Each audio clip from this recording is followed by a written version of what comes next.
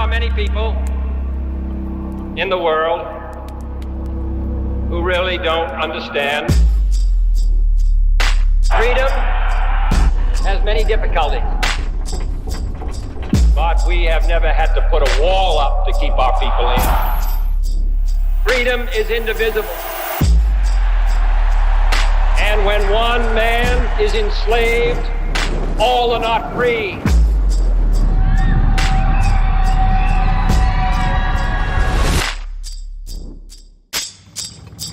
Modern war has become a struggle for men's minds as well as for their bodies.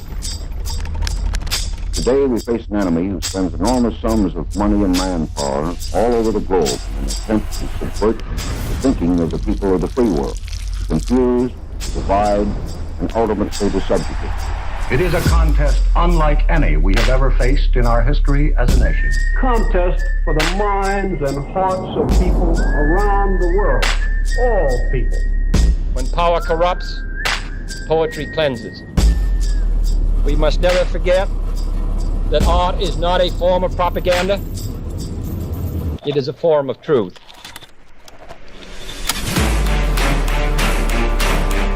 Psychologists find that control of emotions can be gained by understanding the stimulus-response pattern.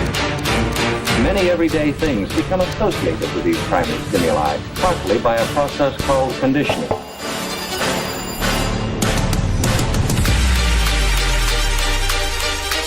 It's a strange, shadowy world. The doctored photograph, the misquotation, the insinuation, and the lie. I think of fire in connection with emotion. Cause, effect.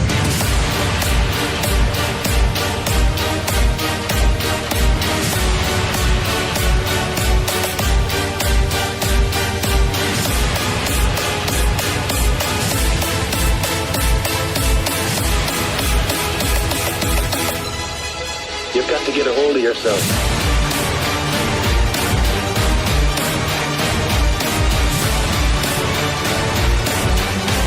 So we have to work together. You have to help. We'll light our country and all who serve it, and the glow from that fire can truly light the world.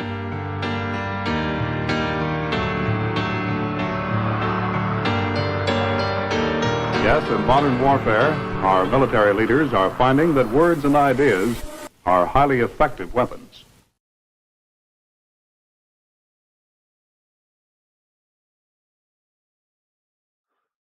The views and opinions expressed in this podcast are those of the individual speakers and do not necessarily reflect the views of the host, producers, or any affiliated organization.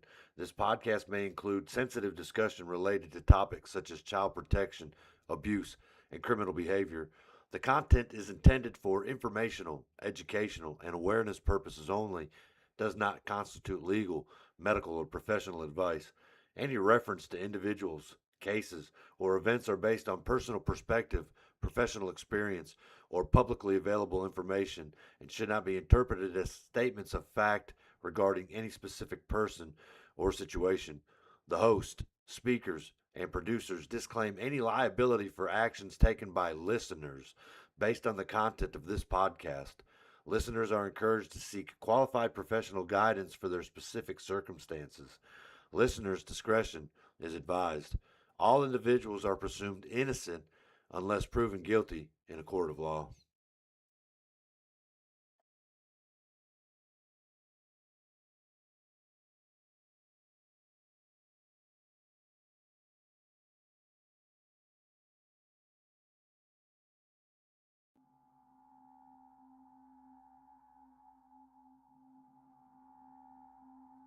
Resolute Exposure is a social media platform. Almost all content on Resolute Exposure is created by citizen journalists. I share content created by citizen journalists who I believe to be the best at finding facts buried deep into the abyss, or outlets who I believe to be best for verifiable information. We have to operate within their system, and we only have the information that they allow us to have.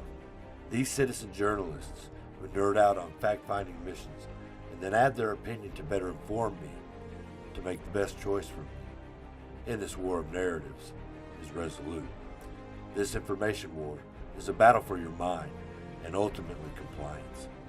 While mainstream media dismisses social platforms as mere echo chambers for fake news, independent spaces like this prove that shared content and live dialogue actually foster deeper critical thinking. So, I am excited to share the content in hopes you'll turn off mainstream media, who I believe is just a version of entertainment. So again, welcome to Resolute Exposure.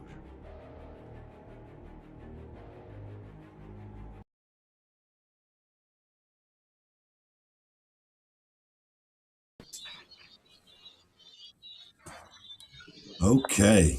Holy cow. We got a bunch. Let me see. We got an Atlas. There's Matt, Alan, and then Jason. Hopefully Jason got his audio fixed.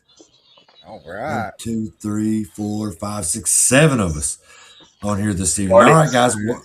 Welcome to, let me get the right show, Blount County Breakdown, Tuesday night at 8 o'clock. As you can see, we got a full panel here. We also have Adam Lee Heimerman. Am I saying that correctly, Adam? Nailed it. Nailed it. All right. Nailed celebrity. Celebrity. He's going to be with us. That's right. He's going to be with us for the first 30 minutes of the show, and then he's got a duck. And then Farrah decided to join us this evening. So once we get done with Adam, we're going to get into all things Blount County, but I think she's got a little bit of stuff on her mind, which is fine with us. We like to see guests come back and talk again. So how you doing, Farrah? I'm great. How are you? Good. Sweet. So Matt, what's going on? Staying alive. Alan? Moving right along day by day. Let's see. And Jason, you still having audio issues? He's having a bad hair day. He's having audio issues. We're going to have to get him figured out, but that's okay. So, all right, guys, I guess we'll get the show started. Adam, why don't you tell us a little bit about who you are? You are running for an office, apparently, right? And I am on the ballot as an independent. And then maybe we can discuss some flock cameras that are going on in our county. You know what I mean? Yeah, I'd be more than happy to talk flock. All right, let's go. So my name is Adam Heimerman. I'm running as a independent for U.S. Congress in Tennessee's District Number 2 against Tim Burchant. He's been a representative and a politician pretty much his entire adult life, and he's represented me most of my adult life one way or another. So it's kind of fitting to run against him, as seeing as how I've written letters to him multiple times with ideas, and I always get back the whole same cliche answer of, don't care, we're voting by party lines no matter what your idea is. So I kind of got tired of being ignored. So a lot of stuff has gone on in the last couple of years, and there's so many reasons to stand up that I think it's time that I had the ability to put my name on the ballot this go around. So if you have the ability, I believe you have the responsibility. So I went ahead, put my name in, got the signatures, and here I am. Was not expecting as much attention as I've recently got, but it seems people now know my name and know that I'm a candidate. So can we take credit for that? Everybody knows you Blount County Breakdown. Resolute Exposure. Oh, for sure. This is the first live interview I've done, so it's got to be the reason. Oh, nice. Well, congratulations. Yeah, it's like, this is where it begins. This is our tavern. This is it right here. That's cool. So we'll let everybody ask a question. Mine is, why don't you tell us what you stand for? All right. Basically, my core principles of the campaign is, because I was never given the opportunity to be heard, I feel like it's really important we have someone that actually is listening to us. So my goal is to have a better line of communication for the people of District 2, and there are 800,000 citizens in District 2. So obviously I can't have a one-on-one conversation with everyone, otherwise I'd never get anything done. So I'm looking to propose an idea of being able to communicate your all's ideas and create more of a poll system to where we can see what East Tennesseans care most about and make sure that it's being addressed in the manner we want. Because it's always been we are the Republicans and we will vote for the Republicans no matter what. It's like, I wish that we were willing to listen to some of the counterpoints from time to time, and seeing as how there's been a lot of ideas pitched that get thrown away just because we don't like who made the initial recommendation on it, we ignore them some. So I feel like I've been thrown under the rug a bit and decided it's time to run on that, and I would like people to participate more in the civic engagement. The next big reason is because I feel like we're not being heard. We're at risk of having our Constitution trampled on, and it's just been happening more and more my entire adult life.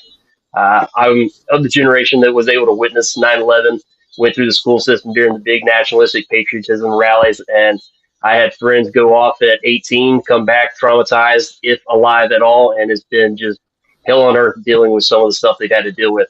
So I feel like our government quit listening to us long before I came along, but I now have the means and the ability to stand up and have a voice. So I'm going to take the opportunity to use it and try to defend our constitutional rights and give everyone a chance to be heard, and the opportunity for me to see what life is like on the other side, to know that, hey, maybe my position isn't quite here until I hear everyone at the table give their piece. So hoping to have an ear for the people and a defender of the Constitution the way it is and the way it stands. Very nice. Who's next? Hell, I go. I love asking this question. Oh yeah, we got what you got. What does day one look like of Adam Heimerman in office? Man, if they give me a map. Or maybe the first 30 days. Okay. First day, I'd probably have to have a map just to figure out where the office is. So once we figure out where I actually sit and have a pen and paper, first bit of legislation I want to put through is involving the flock cameras. Actually, that's kind of a big issue to me. Is we spend a lot of time, I guess about 15 to 20 years ago in this area, we were way up in arms about the expansion of the NSA and how they're going to create a list of people, monitor us, track us everywhere we go. Mm-hmm. Fast forward to current day, and it's happening. And the people that are in office haven't done anything to legislate the issue away. They just kind of keep taking money in the back rooms and say, well, we can wiggle around here and there. So my first bit of legislation is I want to completely eliminate the concern of any other private company coming in and replacing Flock. So what that looks like is having the first prong would be to eliminate private companies from being able to utilize public space to create a for-profit material, meaning they can't have cameras in public spaces collecting our data, whether it be physical, whether it be metadata from our phones, whether it be from our digital trail as is. They have no right to our public information, our public space, and our public data to create a private income. That's the first step. If we eliminate that, they can't have the cameras in place to start with, and that's a big win for us. The second prong is that we need to prevent data brokers from being able to sell data to the U.S. government in any form, any fashion, any level, whether it be local or federal. If we can put a barrier between them and us and make it illegal for us to collect through a subscription of any way, I mean, we have warrants for a reason. We should be issuing warrants, not looking for subscription plans to this data. Like, we got to put that barrier up to prevent the government from being able to purchase it in the first place, and put up a barrier preventing the companies from being able to actually use private land to begin with. I think if we put those two prongs into legislation, at that point, we defend the Fourth Amendment and we re-secure the foundations. So my first 30 days would be looking for someone that is able to push that agenda, get it on. Beyond that, I'm interested in hearing what people find to be their most pressing issues, because my personal life is different than the other 799,000 out there. So perhaps what is most important to me, maybe not most important to others. So I have some things that I would personally like to pursue and work on, like proper funding for the national park system. We're at risk of having it get logged over here in Tennessee, and that's a big concern. I work in the outdoor industry, so to me, it's kind of my office space. But I would love to hear what other pressing concerns people have that maybe are lower on my list. But adjusting our legislation to secure the Fourth Amendment is priority number one. Nice. I like it. All right, who's next? Farrah, So, go ahead. We got sign language. I don't know if you want my question. Oh, that's all right. I want all questions. Line. There is no line. You good? I'm not on here for that. But that's right. What you got? Okay. I'm a private business owner. I'm a small business owner, so I can appreciate that you're involved in a family-owned business. I have mixed feelings about liking some of the posts that I saw. I am actually in a business that's interested in working with your sister. So, and so she very publicly put what was going on, and I kind of appreciated and thought it was pretty witty and smart of her the way she did it. But did you running for office have anything to do with your actions on the flock camera? And I'm sure, I mean, I know you have a case, so you may not be able to fully answer that. But there are questions about, was this a little bit of a way to get your name out there to help you win? I've seen that a lot. I've seen that a lot to it. I can't say anything that would make it sound like my alleged actions were committed. Sure. So I got to be careful with kind of how that question is to it. And I can understand why people would feel that way. It makes sense. And I think it's a healthy dose of skepticism. I think that if someone were to do such actions, they would also likely be the type of person that would put their name on to run for office. And maybe they're just a little fed up with things not going the way that they should be. If they were to be elected, I'd imagine that to be the mindset of someone to do such a thing. I can see why people see that and appreciate that, there is that dialogue out there. It's a healthy dose of skepticism. Regarding my sister's post to it is I worked with her a lot in those first couple months that she was open. So I was a pretty recognizable face. So it was going to come out that, oh yeah, we knew. So I think she took a good idea in stepping into damage control instead of going, oh no. Yeah. Her brother got arrested. Like, she didn't find out until much later on things anyway to it. So I was like, I think it was probably part damage control for her and just owning up to it and part of wanting to help her brother out on things. So I can understand why people feel that way. And when I first put my name on the candidacy, I told her I didn't want my name to be affiliated with her business to create a political riff on it. I wouldn't want to put signage or anything like that up. Turns out my arrest seemed to have done exactly that, but that was all by her choice on things. Like, in no way did I do anything that would alter out so much publicity. I guess is a good way I can indirectly. Do you think it helped her or hurt her? Man, honestly, I don't know, because at first, like, people showed up in ways that probably wouldn't have otherwise. Folks knew about the business name at that point and seen my articles out there and my face enough that I think it helped her in a quick little pop of the weekend type thing. But I don't think it's a good idea for businesses to be associated with politics. It always eliminates some form of your market. So, like, I would have told her not to have my name associated with it. But at the same time, if the tables were turned and it was my sister in my shoes and me and hers, I would have done the same to it. Like, it was a family thing. So I hope I didn't do any kind of damaging to her business on it. I know there's some folks that definitely have their opinions, but the people that have known me through her bakery, they came out in droves to it. I think every person that I had served a cookie or a cupcake to in the last 4 months, they showed up and were shaking hands and just asking how my summer's been, because I've been out of town for a little bit. Yeah, I can. I'm sometimes on a little bit of an opposite side of you. Not really opposite, but I can agree with the sentiment, but maybe not the method that you went. Yeah. No I can appreciate as a small business the way she came straight at it instead of hiding from it. So I can respect that. I'll say this. Yeah, I think it was a smart move on her part. I didn't know about the cupcake shop until she said that stuff. Right. But after that, so Alan, go ahead. It got a lot of attention, that's for sure. And as much as I had that sentiment a lot as well, what you said with, agree with the sentiment, maybe not the method to it. I look forward to facts coming out. And when people know what actually is going on to it, I can't say anything since it's a court case to it, but they'll have to reveal facts that they have not presented. Okay. Smart, very smart. Thanks. That's good. Yeah, absolutely. Yeah. So you said 800,000 were 799, excluding you. Yeah. Most of us are lifelong residents of whatever county they reside in. We've had an influx of people that are new to the area. Yep. Huge jump. So you're double dipping, I would say. You're trying to reach the people that have been here and the new folks. So what's your strategy? For sure. Because the people that are moving here, they don't know a lot about your opponent. Yeah. Yep. So, and obviously headlines and things like that, your notoriety's out. So what do you do with the locals, and what do you do to try and reach the new folks that have moved here? So I actually was just kind of released a little video recently. I've been having to reclaim all my video footage, so I've been trying to film as much as I can in the last couple of weeks. And I had a video that I went ahead and posted up the other day that was more of a call to the community. And it kind of addressed a little bit of what you're asking here.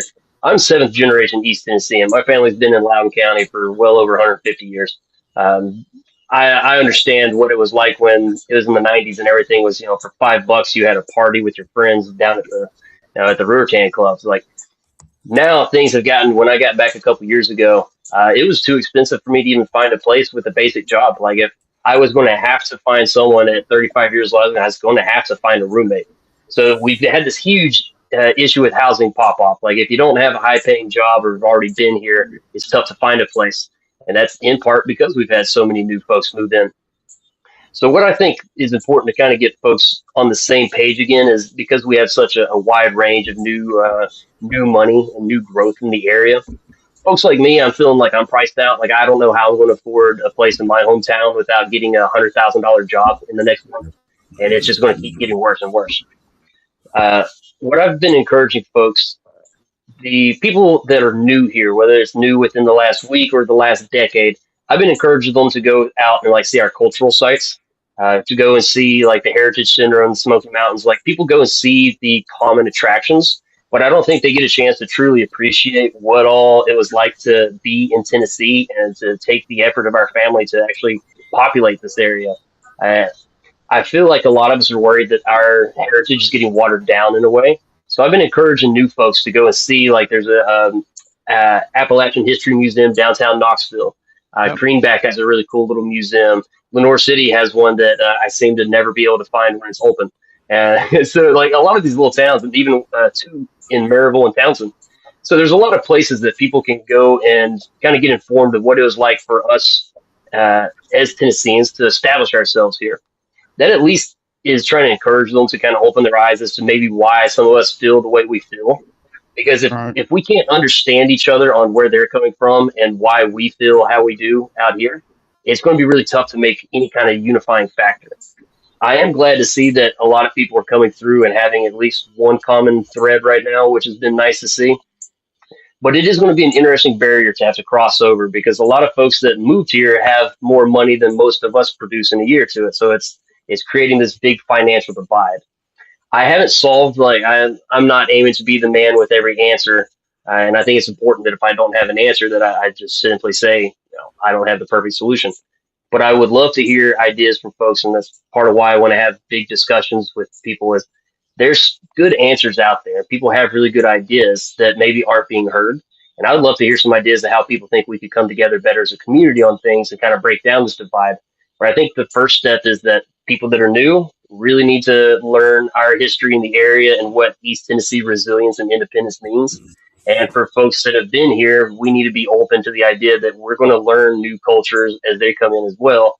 And even if they don't assimilate, like their culture assimilate in with ours the way we want, we do have to recognize that people bring their families with them. So we might have new spices or new dialects come up, but I think it's important that we all at least try to extend some time to work with each other, communicate, and remember what it means to be an East Tennessean neighbor and start treating people with a little bit more humility. And whether it's new folks or folks that have been here multi-generationals, I just want to see that East Tennessean spirit come back that I remember as a kid. Right. Yeah. Yep. Jason, audio fixed yet? No. Okay. No. He's trying. If you got a question, hard, he's trying. Write it on a piece of paper or maybe send it in text. There you go. Text it on over. I think with the hair, he's losing his voice too. He's losing his voice. He's had a few singing engagements the last week. I think something else is leaving him too. Hey Matt, you got a question? You're muted. You're on mute. There you are. Not really. I mean, I certainly like what I'm hearing so far, and but I'd like to hear a little more of your platform. I don't have any questions put together, per se. I really do like what you're saying about trying to instill some type of appreciation and respect for our culture, our heritage and traditions around here, because they're going away quickly. And with that being said, a lot of our politicians are actually behind it. I mean, their growth is, their idea of growth is just mow over what once was. And I'm money, sorry, that's whatever how a financial incentive is. I feel you entirely on that. Is money guides the way in a lot of things, and that's something that I find to be unique about me, like in the grand scheme of politicians. And this is obviously something that coming from the horse's mouth, you always got to take it with a grain of salt. But if people were to talk openly about me, all the folks that I know, the common thread is that I'm not materialistic. Like, I've lived out of campsites more than I did apartments for 10 years. And to say that I chase money would be a laugh amongst many people that know me. So it's like, I think that's a really interesting bit, is because I think money has done so much damage, both in our process of elections and how things are operating and where corporate money is following and where our politicians go with them. I think it makes it a unique contrast where, for me, like, I'll be more than happy to collect just that paycheck and stash it off to the side like a squirrel. And once it's time to me retire, and whether it be 2 or 4 years, because I'm not looking for a career, I'm just looking to get things fixed up. So that way, if we get someone that actually gives a damn about the general population and making sure my family and your family are going to be better in 5 years than they were 5 years ago, that's kind of a damaging factor for all these folks that are already entrenched and established. Like, how do you buy someone that doesn't care about your money? I think it'd be an interesting change of pace to have someone that's I would certainly be the poorest person in Congress. So I'd be cool with that. Right. I can totally relate. I can totally relate because anyways, I just ran a campaign purposely on $0 because all of these politicians, you hear them talk about these record-breaking campaign dollars that are being raised. But hold up a second. Millions of dollars, millions on millions. Yeah, I mean, are the millions of dollars going to solve the problem, or are we looking at people that really want to address the problem and come with a solution, or want to address and solve issues? It doesn't take breaking campaign dollars to do these things. And no, it does not, and that's my point as well. Appreciate your efforts on that too. I mean, there's something about humble beginnings, but also modest living that teaches a person how to solve problems without having to run to the bank or run to the county commission or run to the for money. You gotta be a redneck engineer. Yeah, I appreciate that. And it's a part of my process on finances as well, as like just money that I have. I set aside $1,500, and that's pretty much like all I'm running on.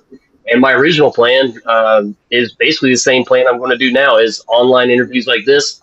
One of my platforms is because I want more communication between the people and the government. Part of my platform is that every what would be the last day of the month, we do like a teletown hall for 2 to 3 hours. That way people can say, hey, here's the update of what I've been going on. Here's where the roadblock is. Here's what my view is. What do you all think we can do? Are our priorities still the same? It's basically like going back and getting a checkup every single month to see if everyone still feels the same, wants me to pursue or pivot. I'm not saying that my morals and integrity are what everyone should be doing. Like, my personal American dream is not everyone else's, but we all are trying to chase some kind of American dream. And as long as we are protecting our civil liberties and our rights and paths to being able to create and achieve that dream, that's what we need an elected representative to be doing. I have no interest in making my own fortunes to it, because I'd rather go live in the woods out of a backpack. Like, it doesn't take much for me to be happy. So I'm trying to have a real low-key, low-cost one. And most of my money, I film everything myself. My first career was cameras. So I did video and photography for 10 years. So I'm going to film everything myself, edit stuff on my phone. And the goal is to basically push advertisement around the time for early voting, and like push certain ones that are calls to action to go vote, and then a couple that are going to be more of a here's my policy, get to know the candidate type thing. But mostly a couple $100 of digital advertisement, and if people believe the message is important, they'll share it from there. That's worth way more than a $5 donation. Right on. Yeah. Yep. Jason, is your audio fixed yet? They want. No. Kim wants to know if it's got. Oh man. Oh man. Do you got a question transitioned for him? over there? And he's plugging a Adam, microphone or something. Do you know sign language, Adam? Do you know sign language, Jason? See, I learned one phrase. Let's see. Eat baby monkeys. Yeah. That's not all I got. I laughed when I saw that. I was like, all right, that's worth remembering. Eat baby monkeys. Well, sometimes, in the technological world that we live in, we sometimes have to revert back to those things. So, well, Adam, we've had you on here for 32 minutes. Is there anything you... Hey, no worries, man. I appreciate the time to it. It looks like I got a couple more minutes before the timer goes off on our supper. But, if there's any other questions y'all got, you're welcome to ask to it. I appreciate the opportunity to speak with y'all for sure. Because like I said, I'm not interested in collecting money. I'm interested in having people who actually care enough to speak about this opportunity. Because I'm not aiming to be the fix-all hero and the guy that's going to solve all the problems. I'm here to be the guy that's listening and recognizing that for once we could have an independent candidate that is not beholden to party lines, that doesn't matter whether a good idea comes from top, bottom, left, or right. Does not matter. Every voter is worth the same respect. Every American is protected by the Constitution. So I want to bestow a little bit more of an approach of humility as opposed to trying to divide and crush people. I think it's important that we come back and remember that even if we have different views and weird ideology to us, we're all still protected by that same Constitution. And it's important that even if I don't agree with someone's personal lifestyle choices, it's important that I'm willing to protect their rights because those are my rights. And I hope that people come back together and can reunify ourselves on not only should the flock cameras and the whole industry be eliminated, we need to go back to our roots and realize our Constitution was made to solve all these crazy problems. And we just need to go back and reread it, remember what it means to be American, and trust in our fellow Americans. We'll see where it goes to it, but hopefully it's a message people are finding to be worth sharing. Are you familiar with Jeff Coggin? I have not heard of Jeff Coggin. He's running against Tom Stinnett as an independent as well. We'll have him on tomorrow night on the Candid Conversation. Okay. But nice. I think that it would be neat if you two could find a way to hook up. I think you guys, he's a former Air Force colonel, and he teaches ROTC at Heritage, so he's big constitutional Okay. guy. Perfect. So yeah, he's not far at all from us. No, I think that'd be perfect. I love meeting more and more opposed to it. Nice. Yeah, I think growing up here, we were told that we're all independents to it. And I was like, more and more, I feel like we've kind of gotten pushed into, well, you have to be this or that. And I think a lot of us are just kind of tired of it. Like, if you could eliminate the parties, I feel like a lot of us would agree on issues, but it's just fed to us in a manner now that's so polarizing that it's rough and it's become a team sport at times. But and I'm Team America, not really red or blue. It's like, I say, whatever makes America win, I'm happy with that. Even if that means I got to lose a little bit, like 2 years serving in prison up in, DC. To me, that's prison to me. Like, the jail sentence sounds way nicer than being like actually going, all right, well, time to put on a suit and tie every day and go stare down people that, don't want to be talked to. Fighting off lobbyists.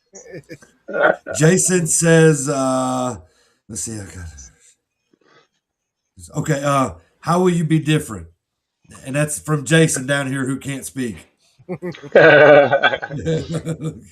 I think the big bit is someone that actually wants to listen. Like, I think when we were talking about the first 30 days, establishing a new way to be able to communicate and have our ideas reach our elected representatives shouldn't sound like such a crazy concept, because we live in a world of technology that we have polls all the time. Like, who's to say that we couldn't have a proper website that someone that was registered to vote in our district can hop on, and it can be all contained within ourselves, so it's within just our district.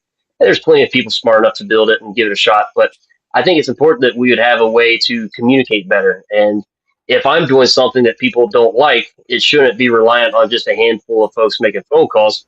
Everyone should be able to quickly hop online and go, hey, man, not a fan of that idea, ditch it, or pivot to this. I think it's important that any legislation I'm ready to push or sign off on should be presented to the people so that everyone can have a chance to read through it and examine it and be able to tell me what loopholes they see, what problems they think we'll run into. I just think more eyes and more minds on problems come up with better solutions. Yeah. So being someone that's not interested in money or a career in politics, I think just makes me generally dangerous to such a well-entrenched establishment. Like, I think there should be term limits. I don't think they should be doing inside trading. I think Citizens United needs to get ripped out entirely and not found another alternative. Just be done with it. There's so many ways our money and financial situation could be improved that we just need folks that are willing to listen instead of saying, well, I am a rank and file and I'm just going to do exactly what the person above me told me. Like, we have to have someone that's willing to stand up and say, hey, that idea was stupid, but if we take this one and that one and combine something, now we can work with something.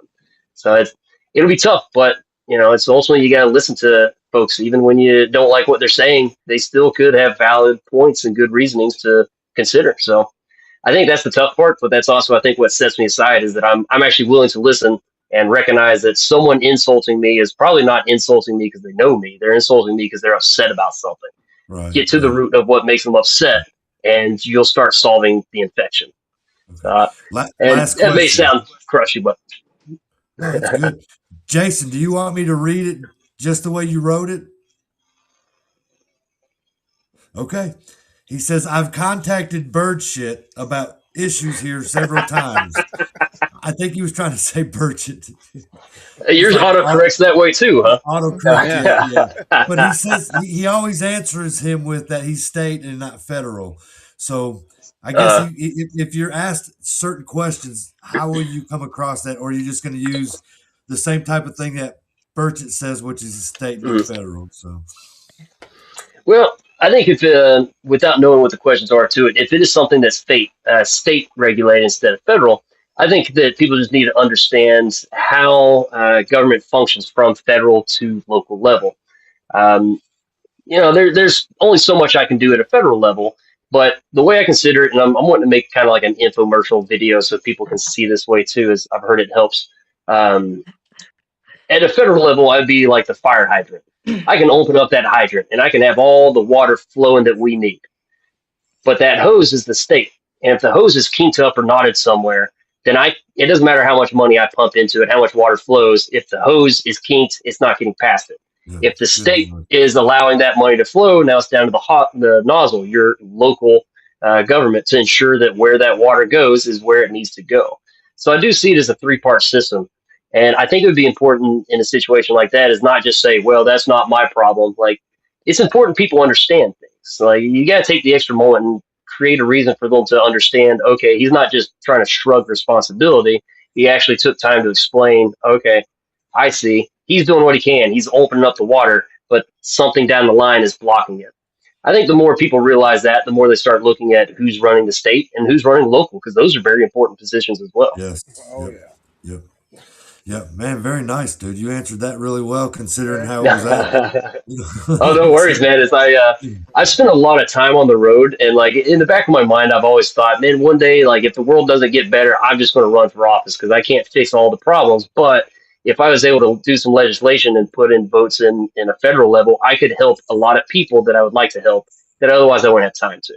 So I've daydreamed times and time again about what kind of conversation would someone ask me. So I've thought of a lot of different ways that people could ask questions, and I think it's important that we just have clear dialogue and someone that is willing to say either I don't know or, here's my view and here's what I like to see done. So very nice, man. Well, Adam, we appreciate it. Go ahead and tell again where people I appreciate that. You, what you're running for, what Facebook page or whatever. Go ahead and plug it real quick. So my website is www.voteforheimerman.com. That's Heimerman. My name is Adam Lee Heimerman. I grew up in Lenore City, graduated in 2007. I'm running as an independent for U.S. Congress against Tim Burchett for Tennessee's District Number 2. If I go to the big house, then we can expect to actually have some things taken care of because I have no interest in staying there longer than I have to. So I hope people find that to be a refreshing change of pace that someone doesn't want to be a career politician. Very nice, man. Very nice. Right. I really appreciate y'all letting me on. I'd be more than happy to hop on any other time too.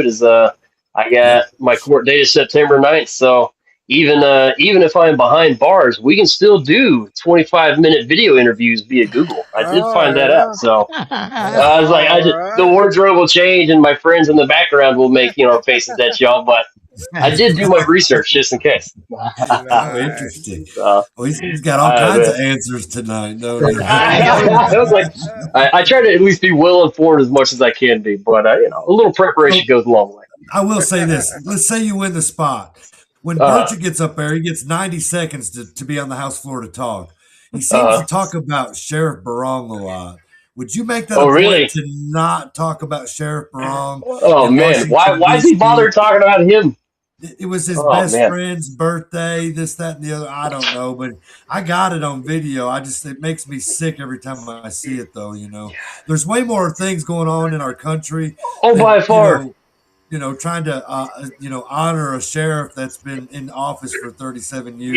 That no one else knows about. Like, who cares? Right. Who cares? That's like going on there was like, so my cat had a really good meal this morning. That's not real pretty. Like, let me tell you about it. Like, that's ridiculous. Like, when you only get such a small limited amount of time, you really got to be aware of what you're saying. And like, you're not going to have an impactful message every time, but sometimes just standing up there and just giving stern looks at people that know they deserve it, that would be a better use of time than talking about wrong. So the other thing is, hey, Robert, did you notice we're the only two that haven't run for office in this panel? There's a trend here. Yeah, there's a trend. The two of these things just don't belong. I think, give it time. He was talking about term limits, and so I've been thinking about that. The term limits is if you start accomplishing the things that you want to accomplish, how long are you going to go, and who could you trust to fill the position behind you to keep doing what you're doing? See, and I was thinking about that because I think the people that ran for office here were for term limits. Hey, 2 terms and we're done. But I was sitting there thinking, who would continue doing what I had started? Yeah. Does that make sense? Yeah. That I would kind of pass the torch to, or who would I want to come in behind me? Somebody like-minded, because everything that you've accomplished could, in 30 days after the election, could be all null and void from where you went to. Does that make sense? Oh, 100% it does. So, what's the point if we go and we fix everything and someone else comes in and goes, screw this guy, and just starts ripping out the wiring from the wall? Like, that doesn't help much at all. So I totally understand what you mean. So one of my thoughts, and like I said, everything that is my thought is just my thought. As a representative, I want people to chime in so that I don't do something that is my opinion. It's something all of us agree on. My pitch to term limits, I think that you should have in Congress, which is the Senate and the House of Representatives, you could have 12 years. That would be, you could have 2 Senate terms of 6. You could have 3 of House of Representatives and 1 Senate term. Or if you just like being in the House of Representatives, you could do 6 terms. Either way, it's based on years. And each time you ultimately requires that you move up a tier, that more people approve of your messaging. So after those 12 years, if you wanted to run for vice president or president, you could do your 2 terms on that. But the notion is that ultimately people constantly put you in a higher level because you're doing something they approve of. Sure. In my notion of having more communication between us and the people, I think it would be something that would be, here's who I'm working with, that clear line of understanding of who's working with me and my team, and being able to give an endorsement to someone that says, they're working on it, they understand, if y'all like what we're doing, this is the guy I would trust to continue. And at that point, it's up to the voters on it. So it'd be my job to let them know the person that I recommend is a person that's actually worth doing. And if they don't like what I'm doing, they're going to say, screw that guy and vote for someone else. So it comes back to more transparency. Like, I would need the people to know what is working right, why it's working right, and who to thank for it. Because I'm not the guy that's to thank for. I'm just the guy that gets to listen and go speak and vote. There's a lot of wheels behind it that operate the machine. Very true. Well, Adam, we appreciate you, man. You come back on anytime. Yeah. I appreciate y'all. Maybe we can get you and Jeff together on a show and talk. Since that'd be cool. Get him before the 19th. You get him for the September 9th. So, which funny enough, Blount County has a discussion about cameras, I guess, the day after my court. So it'd be kind of comical if I'm behind bars and y'all just go pull me up on a video screen so I can talk to them. No. Well, we'll do whatever it takes, Adam. So hey, I appreciate that. Well, man, I appreciate y'all. I got to hop off here and call tonight and get ready, but I don't know how to properly exit since I'm on a desktop thing. So I'm just going to hit this button in the X, and if I'm still floating here, hang on. Kick me out. You get kicked out, Adam. We'll talk to you later, buddy. Have a good. Stay out of jail. That's great. All right, that was all right, wasn't it? Oh yeah. Yeah. Barry, what'd you think about that? Well, he's likable. I'm going to give him that. He's likable. Like I said, but I mean, you know, he's got a case coming up. He can't speak too much about it. So, I don't, you know, I'm sure there will be facts that will come out that we don't know about. And, I don't agree with shooting flock cameras, but, he's a likable guy. I'll give him that. Allegedly. Right. Allegedly. So, yeah, maybe he didn't. I don't know. If it don't quit, he must have quit. He needs to make some stickers of him cutting down flock cameras so they can put them on Burchett's skateboard. Hey, did you see where Heather Pagan? She's getting technical now. She got a video out there where she took a tape measure from the line to the pole. I've seen that. It's supposed to be 20 feet with a breakable pole, this, that, and the other. It was only 16 feet something. The pole wasn't breakable. So they're not even following the guidelines that the standards that they set, which was kind of new. But their goal is to get as many up as quick as possible. And that's it. Yeah. You know? So, Farrah, you got fired up. You said you wanted to come on. So, well, I mean, there's just a lot going on, and there's been a lot going on. And since I have not been to a commission meeting, full disclosure, since the election, I do plan to go to quite a few, but I needed a little minute. And when I did not get elected, I went through a little pity party, and I went to the city of Maryville and spoke to my good friend Steve Kraft, who is the head chaplain over there. And he sat me down. He said, "What can I do for you, kiddo?" And he always calls me kiddo, and I can appreciate that since I'm getting older. So anybody wants to call me kiddo, that's great. But I said, "Well, Steve, it's not really what can you do for me. It's what can I do for you?" Because quite honestly, I wanted to run to represent the community and to serve the community. Money wasn't any kind of motive for me. Also, I witnessed a lot during the race. I think honestly, running for office is quite possibly harder than being in office. So that was, it took a toll on my family and me, but it was something that I felt called to do. And when I didn't get it, I'm saying, God, I thought you wanted me to do this because I felt that I was called to do it. And I think I was called to run, but I was not called to get it at that time. I find it quite interesting, and I have no idea why John Giles is stepping down. So there's an opening there, and there are posts being made on Facebook about a convention. The Republican Party has posted about a convention, and there's going to be nominees. And so I don't know what's going to happen. I got an interesting call today that I much appreciated from Ron Blair. He was an opponent for me, and he actually called me and just was encouraging about putting my name in the ring or, my hat in the ring, whatever.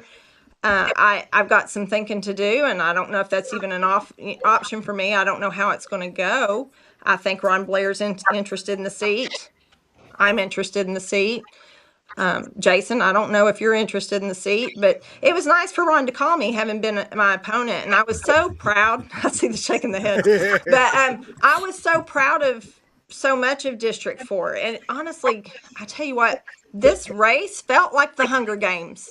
Speaking of districts, I really kind of wish that my sign was like with the bow and arrow with Katniss and, like the Mockingjay. So I felt like I was really fighting for District 4, and it felt like that there was like maybe President Snow or President Coin out there. I don't know, so I don't know how much you guys have seen those movies, but I watched them a lot. So, it just felt like that. It felt like the Hunger Games. It really did. And I just wanted to serve. I still want to serve, but I'm so happy to be a chaplain for the Maryville City Police Department. That's what Steve asked me to do. Thank you. I went through my training. I'm official. I've got the shirt and I'm going to get a badge. I enjoy the ride-alongs with the police officers. I much appreciate them. They've really welcomed me and opened up to me. And of course, everything they say to me is confidential. But I mean, these are some good guys running at the Maryville Police Department. They really are. And sometimes their hands are even tied on things that just because of the way the laws are. So it's sitting in that seat, that passenger seat of the police department, and trying to make a difference in the community. And I'm already shocked, and I haven't even been through the worst stuff. So I knew there were a lot of issues with drugs. I knew there were a lot of other issues. I just had no idea how busy these guys really are in trying to keep our streets safe and what they're going through for, honestly, not enough money. So shout out to them for all that they do. I know it's got to be really difficult. That's why I'm on the fence about the flock cameras. I appreciate, I really do appreciate, the amendment and our rights and all of those things, of course. But I want to catch the bad guys too. That's what detectives are for. That's right. Yeah. That's what detectives are for. Yeah, and I've gotten to watch those guys too, and I really appreciate them. But I know that those things have assisted them a little bit. So I don't know. I'm still on the fence on that one. And when I was running, I have to say, when I was running. Hang on, Farrah. Jason, refresh, because I just heard you. Refresh your screen. And, refresh your screen. Is that him? Yep, that's him. Good. Yep. Yeah. All right, go ahead, Farrah. I'm sorry. Well, when you were running. When I was running, I had people who I thought were supporting me who turned out not to support me, who spoke out two sides of their mouth. And I was really disappointed to lose a friend in the process because I don't even know why to this day, quite honestly. I thought I had support. District 4 has not been properly represented. We need District 4 to have some representation. I hope that Simmerly will do a good job in there. I do know he's not participating in any cliques, so I can appreciate that. This coalition stuff that's going on, it's going to become a big, I don't know, almost like a dictatorship, because there's a puppet master and there's people who don't even know they're puppets. And this puppet master is calling everybody else puppets, but they're running the show over there. And I've watched it. Keep talking. I'm listening. I think if he's stepping down, then everything that was passed, it need to be recalled. I agree. And this new commission comes in, then they need to work on the PPE and the plant proposal. Everything, all that should be null and void. They should backtrack, and when this new commission comes in and they're sworn in, they take the oath, start business. So let me ask you this: if they took away his vote, it still wouldn't be enough to change it, would it? I don't think so. No, probably not. The problem with that. But the problem is they ran that through, and this new apparently these new commissioners that are coming in, hey, they talked about, hey, we're for the people, we're going to do this, we're going to do that. Then they should have let them have that opportunity. See, I call them the dream team guys. This is the dream team that's coming in at the beginning of the month. And I wanted to talk a little bit about that because they ran on transparency, no more public record requests, running a fiscal budget for the community and the county and all these things. So, I'm excited to see what they're going to do. War Room. I'm a little bit like Farrah. I think it's a lot more talk and glamour than what it's going to be. And so, but we'll see. What does that say? The proof's in the pudding. Yeah, the proof's in the pudding. There's a good statement. Yeah. So yeah, but don't always believe just because you see that no vote that they thought it was going to make a difference and that they marked no just to make themselves look good. So we've discussed that. We believe they that enough to pass it regardless. When they walk in there, they know whether they got enough to pass or not. If they vote no, or you see what I'm saying? So it's not going to hurt that person. They already know. I believe they draw straws. Hey, who's voting no tonight? Gets the longest straw. That's the one that votes no. You know what I mean? So But I do think we have some really good ones on there too, and Oh, there are absolutely. some really good people on there who I wouldn't necessarily vote the same way they vote, and I don't understand why they voted the way they did, but I still think they're really good people. So I'll say this: I think all of them are probably really good people in some form or fashion. I think once they get themselves wrapped up into that thing, then their head grows bigger. Some heads grow bigger than others, and it creates, like you said, this coalition. So I'm excited to see what this coalition is going to do, because according to them, they have enough no votes to stop all the yes votes that's been happening for the years now. Now I would agree. I would have been like to have been involved in that. You know what I mean? Even help promoted some of those things as far as a podcast going.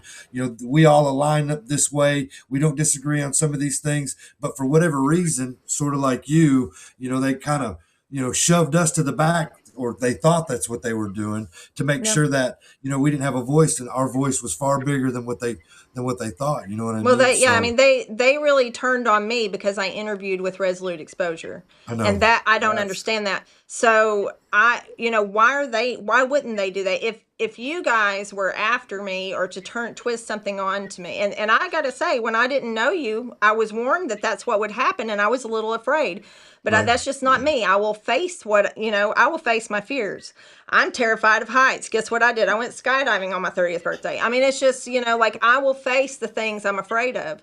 So if I've got somebody that I think maybe we're friends when we weren't friends before, because we can talk about our disagreements, and we can still walk away disagreeing. It's okay. Adam and I may not agree with some things, but I think he's a good guy. I mean, I like him. I might not would vote for him, but it doesn't matter. It's okay. I don't have to slam him to win votes for somebody else, or saying. Could you imagine how boring it would be if just everybody was alike and thought the same Yeah, thing? we need some diversity. We need, it would be good to have some independence on there.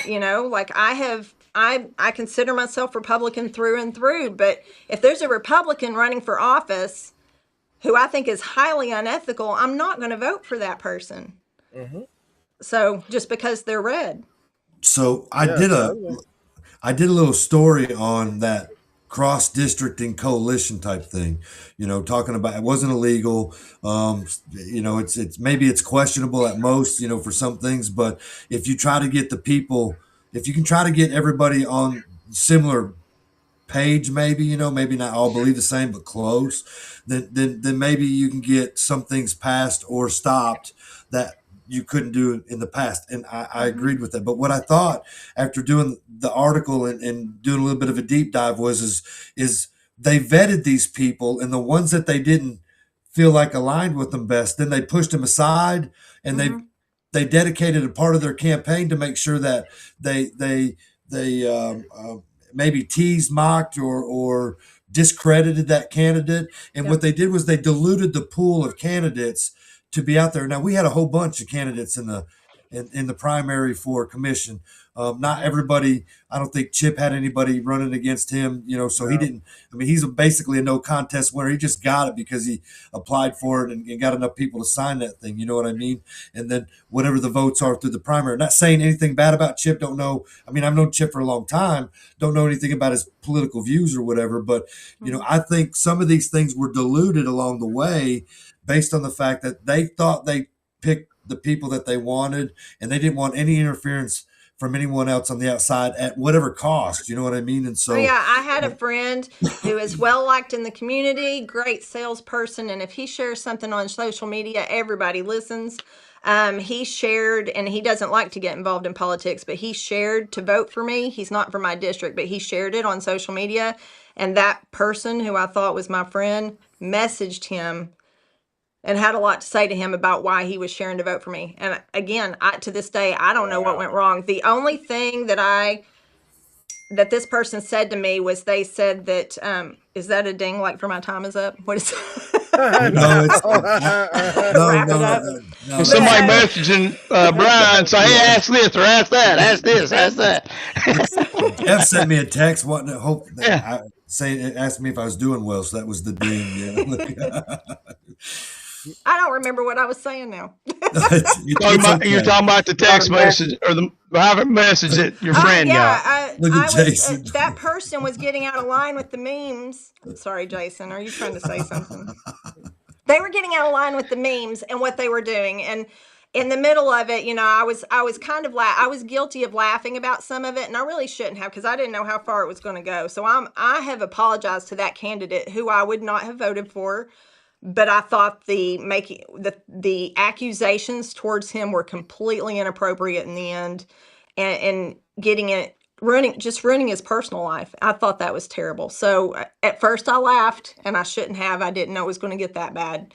And when it did, it wasn't funny anymore. Yeah. So I was speaking to the person who was my friend, and then I was accused of some kind of hospital project. And that apparently is what that person was so upset about. I don't know to this day all the details of the hospital, just for the record. I wanted to be informed, so I started asking questions. And when I started asking questions, they became scared. So that's another reason they turned on me. We never had a speaker. We never had a speaker on the East Tennessee conservative groups. They didn't allow me to speak for District 4, and they had no representation for District 4. Why? Very good questions. And every time I've ever asked a question, I don't get answers. I get other things. So, but I'll just leave it at that. I think when we were running, yes, if you we had can people, hear you, Jason. Yeah. Yeah, you can be heard. Sorry, Jason. Well, listen, I called the election commission this morning, and she told me that all the people I mean, if what she said is true, all the people that say they want him, that's not going to happen. She said that the Republican Party will pick their candidate, and the Democratic Party will pick their candidate that they want. And that's I don't know how they can do that, because they can't even follow their own rules in an election process. And she said, if you want to run as independent, you can. But once you depend, if you change your if you run as independent. He froze. Yeah, I can't hear part of what he's saying. Or are y'all going to have an election? I missed part of that. Huh? I missed. He said that the election commission was going to pick the Republican, the GOP. The Democratic Party is going to pick their candidate, and if you run independent, I guess you're just automatically on the ballot. Yeah, well, yeah, pretty much, I guess. And this is going to be in November. They're going to run it. They will not let you change it. Are they going to run it like they do the school board in November, or what are they going to do? I think it's in November. She just told me that the election would be in November. Huh. So that I'll go ahead and tell you, Jerry Burns sent me a screenshot, but then also Ron Blair had called me, and I just thought that was I was really shocked for Ron Blair to call me. I thought that was really nice. But Ron's a good guy. Ron Blair's as good as the day is long. Yeah, I mean, if he had won, I wouldn't have felt nearly as bad about it. Right. About not winning. The Blount County Republican Party is Giles' seat. Ron Blair will. Him or me. But I'm okay. If he gets it, that's good. I think we'll be well represented, and I feel like I can go to him as a member of my district, and he'll listen. So now, was Ron a former police officer that's retired a couple years ago? So I met him a couple weeks ago at the Flock. Yep. He came out there and we talked for a little bit and all that. So I'm not as familiar with him as everybody else, but I just was making sure we were talking about the same guy I thought you were. Yeah, I really like him. He would, if he gets it, he'll do a good job, I believe, from what I see. But it's the Republican Party of Blount County says the Blount County Republican Party is calling for a convention to fill a vacancy in District 4 for County Commission. The convention will provide nominations to fill the vacancy. We need your help. A contest, like what does that mean? A contest and credentials committee is required. The Blount Republican Party is asking from the community. Huh? What? Said they want 5 people from the community. Yeah. Blount Republican Party is asking for volunteers to fill 5 positions for the committee. Do they have to be bona fide? Good question. Boy, you had These to bring individuals that must up. come from Do the district committee court. members, the one that are going to be the bring the vote, they have to be bona fide to be on the committee? And is the war room going to pick the committee? I mean, it's, like who's going to pick who's on the committee? They're asking for volunteers. We I should bet run there's a ball more than. board for this. Yes. We should totally run a ball board for this. So we Like also asked. 4 days and ball starts. Yep. But I'm down. not, I'm realizing I may be ruffling feathers right now that could cost me the opportunity to serve. That's okay. I'm serving in a manner as a chaplain that is way more rewarding than what being a commissioner would have been. I still would like to be a commissioner because I think District 4 needs it, and I want to be a voice, and I will be a voice at just about any cost. So if the public would vote for me to do that, great. If they vote for Ron Blair to do that, that'll be a great choice too. But I just, I'm not going to worry myself with not getting a position on a commission for such, I'm not going to make backdoor deals, so I'm not looking to make a great deal of money either. Yeah. And that's where great big money would come from, so I'm not looking to do favors for people. I'm looking to do what's right. I think the 3-year committee people, is it going to be community members, or is it going to be Cindy Hatcher, Daryl Tipton, and Jim Bradley, and then 2 others? Well, let's go and find out. And the thing about it is this: I mean, if you don't put your name in the ring, or your hat in the ring, however you want to say it, there's no reason for somebody not to have competition. That's the whole reason of being on the ballot. Is competition, because then you give people a choice. Okay? So then you may not be their choice, but you gave other people a choice.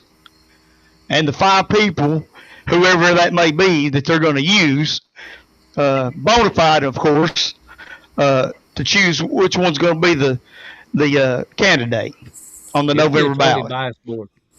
Yeah. It'd be totally fair and biased people they put on there. Matt, Absolutely. what do you think? Everything that Alan just now said, I completely agree with. I don't think anyone should run unopposed.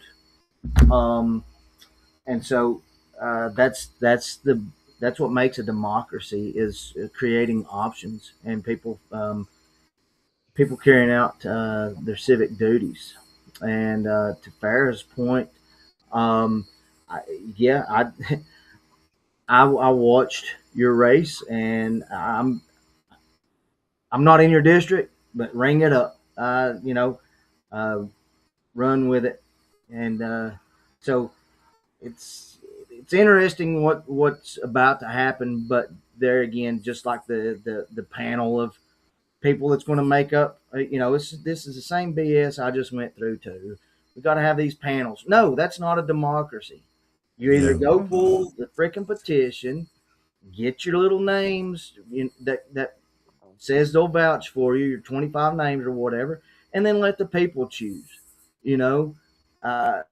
Well, it's crazy. Go ahead. My question for this convention is, how's it going to work? If you have a committee of people who are going to choose, how is the convention going to work? Are people going to stand up and speak?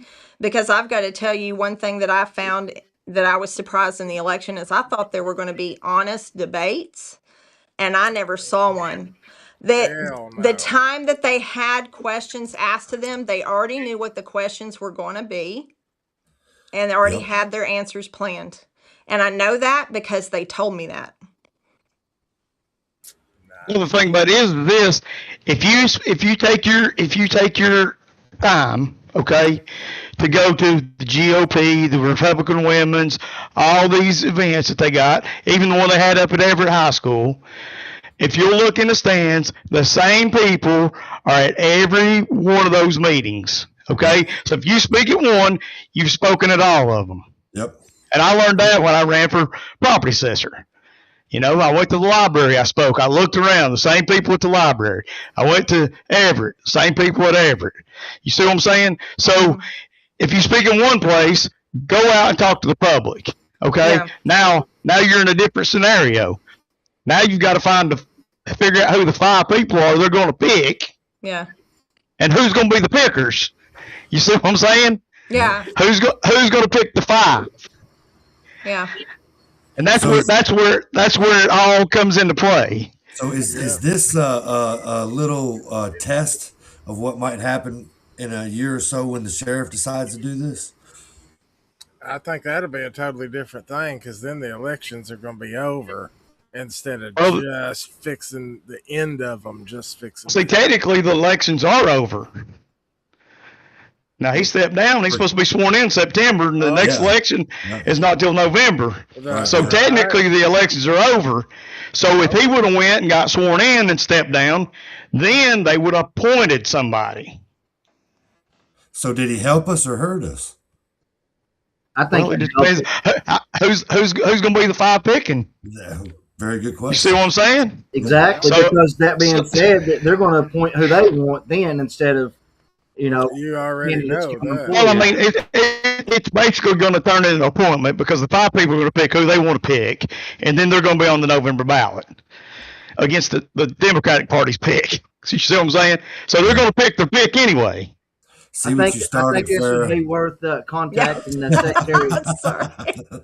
I think It this would be worth contacting the secretary. It does matter. It absolutely matters. And I think that I will have made some people mad today and probably put the nail in my own coffin, and that's okay. So be it. You did. Yeah, at least you're speaking out. But the thing about it is you're bringing everything to light. Because like I said, they're going to pick the 5 people that are going to pick the person they want. Mm-hmm. It's going to be the same as appointing somebody. It's going to be the same as Johnny Giles going in September 1st, getting sworn in, and then saying, hey, I resign. And then the next next commission meeting, there's going to be 3 people walk up there, and they're going to say, hey, I'd like to be appointed for this position. Of course, they'll sit in that seat for 4 years until the next election. So they're just appointed. But they could have a special election in 28 when the property assessor comes up. Now that's another big old circus. So, you know what I'm saying? Blount County Revolution said the new commission is training this week in Nashville, according to the old members. Yes. So I don't know. I've been blocked and banned by the old members because I asked questions. So I just saw somebody do a Facebook post live or Facebook Live saying they were going. Yeah, 2 or 3 times a year they have to go, I think. So then what are you going to do now the new commissioner is supposed to go to the commission training for a week in Nashville. They missed it. Is he new or did he serve 4 years prior? No, the new person. Yeah. Because he stepped down. So the new person selected in November has missed a week of commission training. Yep. And then the mayor-elect, Jared Anderson, came out and said he was taking the reins from the highway department. Did you see that, Matt? Yes, sir. How do you feel about it? I feel that's absolutely necessary, and that's one of the things that I campaigned on. I mentioned early on was that was what I would do is turn over all those departments, those offices that Ed Mitchell turned over to the highway department that has never been under the highway department. And I mean, so that I'm in complete agreement with that. So it's a first good pre-move before you get sworn in, because he put out the letter. You know what I mean? So they're all. Did you see also he got a chair on the IDB? Yes, I saw that. Yes. Yep. Evidently, that's nothing out of the ordinary. That's right. So was that on the IDB? Mitchell? Probably. Yeah. Okay. Probably. Yeah. Yeah, probably. I mean, now you got a checker checking the checkers. Hopefully, yeah. Yep. And that's a good thing, Yeah. I was wondering, Matt, how when I saw that, if that's what I knew that you had talked about that previously, but I wasn't sure now that this is done and over with, because it's kind of like kind of get like punched in the nose if you're Jeff Hedrick, you know what I mean? Because here you ran this campaign and you won, or you believe that you won, because we don't know. They won't let us have the damn tally of the votes, So, but now you got the mayor-elect coming in going, yeah, we're removing some of your responsibilities and you're going to have to start directing your actions to me. So I thought it was a good move. Yeah.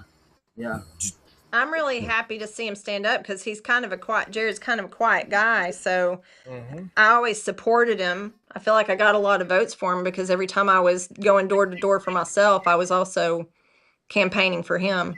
Yeah. And I thought he would be a really good mayor, but I was just a little bit concerned about how vocal he would be and stand up for his own beliefs and not follow some of the war room things.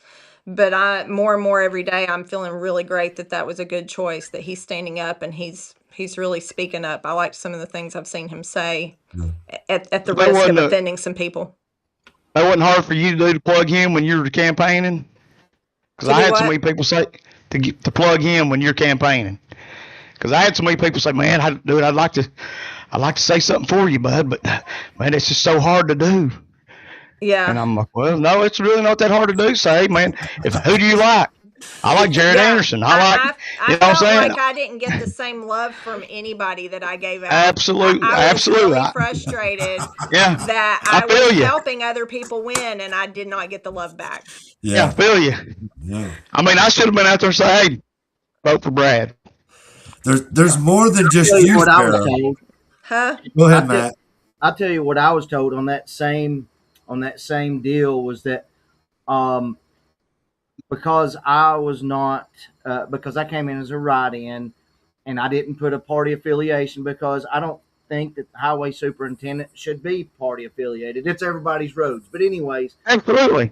And so that being said, people candidates couldn't speak up for me or carry my name or my message forward because they would get kicked out of their party. Ain't that a crock of shit? Yeah. I mean, is it not America anymore? I mean, Tennessee, come on. I think it was funny. Wait till somebody comes and asks to put a sign in your yard, and you're like, hey, did you have my sign in your yard? I don't know, you didn't. I remember we went to political did you training. ever go to the... Huh? Go ahead. Were you talking, Jason? He was, yeah. He was probably laughing at me, but like I said, I mean, when people come say, hey, man, hey, how about, this guy? Man, I seen one of your signs over here. You talk to him? Yeah, man, I'll talk to him. Sign up there. Hey, what about, dude, I don't know anywhere you can put a sign of yours.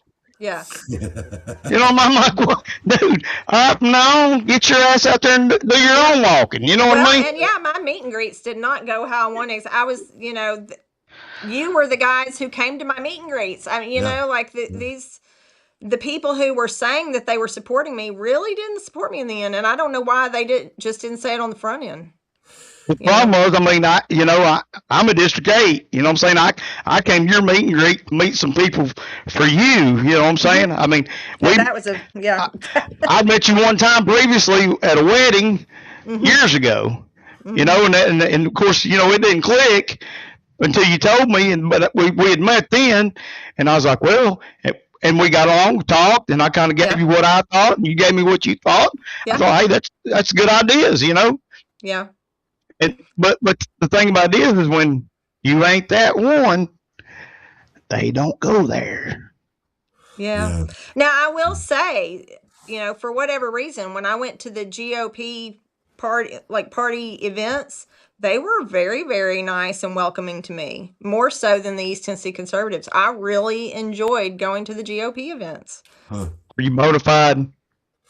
I don't think I am. I feel like I should be. I vote Republican, but I did write in that. I was mortified when I went in. They hated me.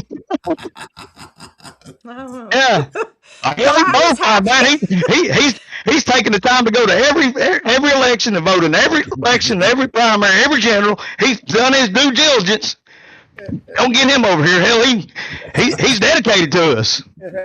I voted for you, Alan. I know, buddy. I don't know. Alan, I think I voted for you too, but I think they really wanted you more of in a labor position and not more of a management one. Oh yeah.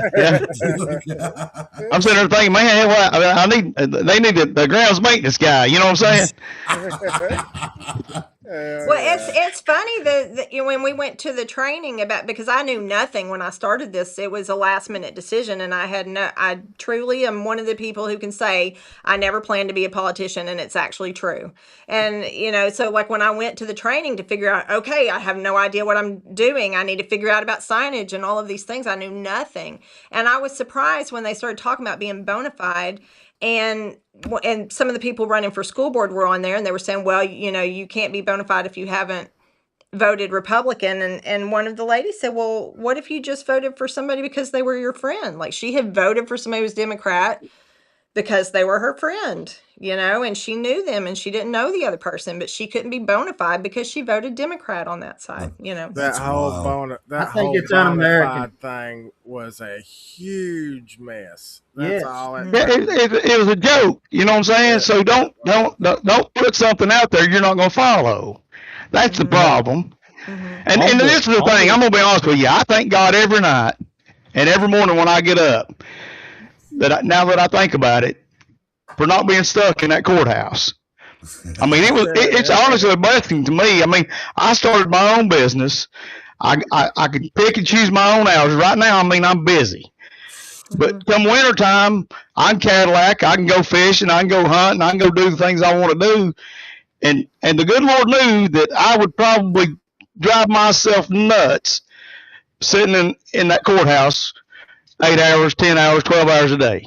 Well, and it is a thankless job. It really is. A lot of the public are very angry, and you're just going to be, whether you voted yes or no, you're going to be part of pretty much a hated group right now. I mean, how many times do you ever see anybody on social media saying, we appreciate our commissioners?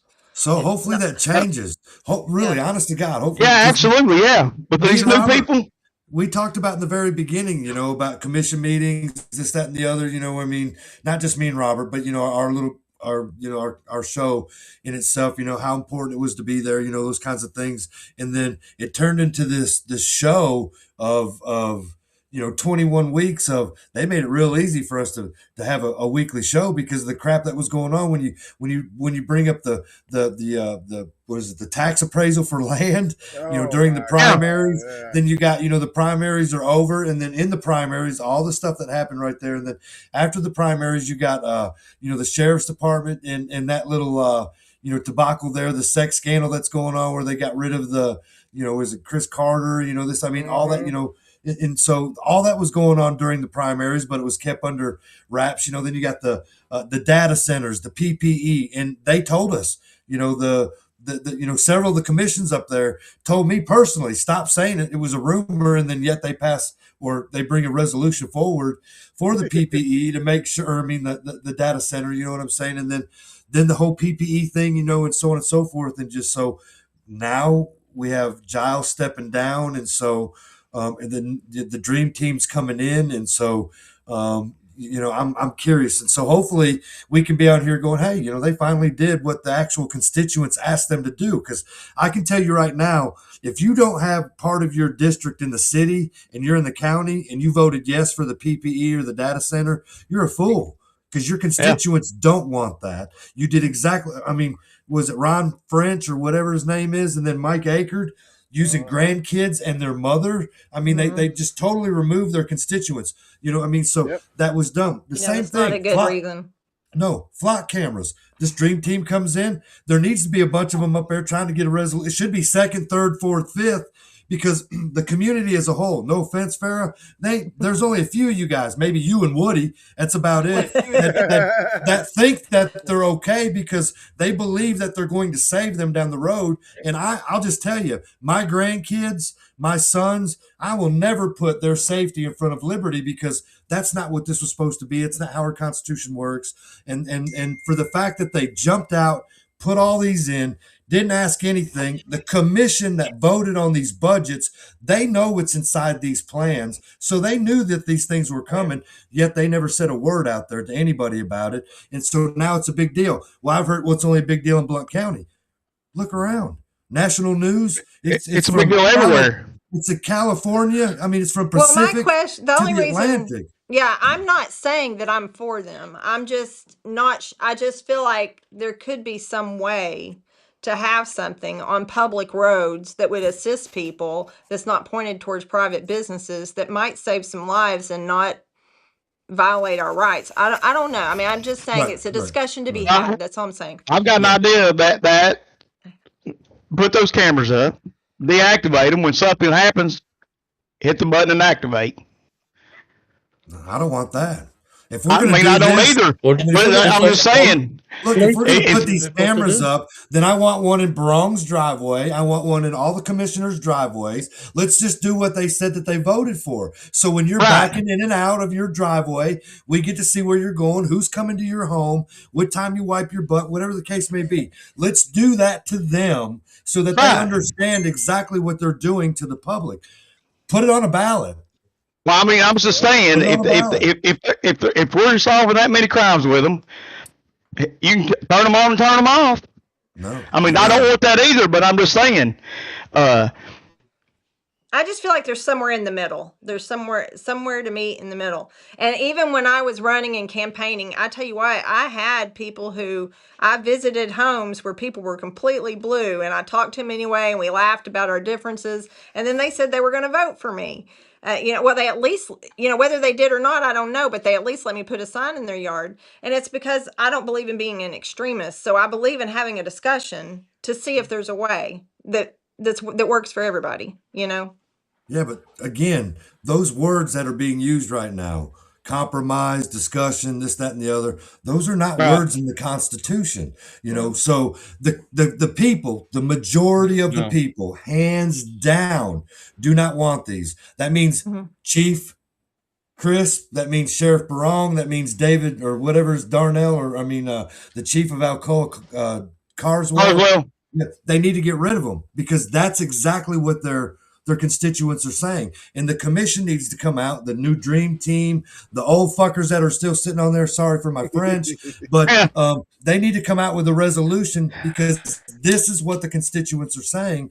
And that's just in my opinion. Okay. Well, hang on a second. I got one thing to say about that, because look at all the people came out and spoke against the PPE and the plant purchases.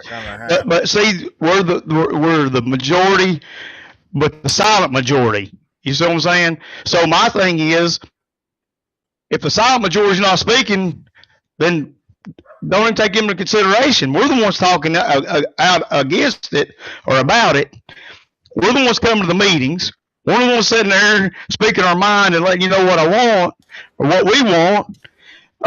And so you vote for the people that are expressing their concerns. And then you get this, well, we got that 90% silent majority. Okay, well, they're silent for a reason, because they don't know what the hell's going on. That's why I said, if you're a commissioner, when you get something in the workshop, put it on Facebook. Hey, I'm going to be at Sandy Springs Park. I want all my constituents, as many as come. If there's 25 of them and 20 of them's for something, then you vote for it. Yeah, I've served on things that have done the Roberts rules and everything before. I've been on, so I've had a lot of experience with that, and I know how that worked too, where people decided how they were going to vote before they ever went to things like a workshop.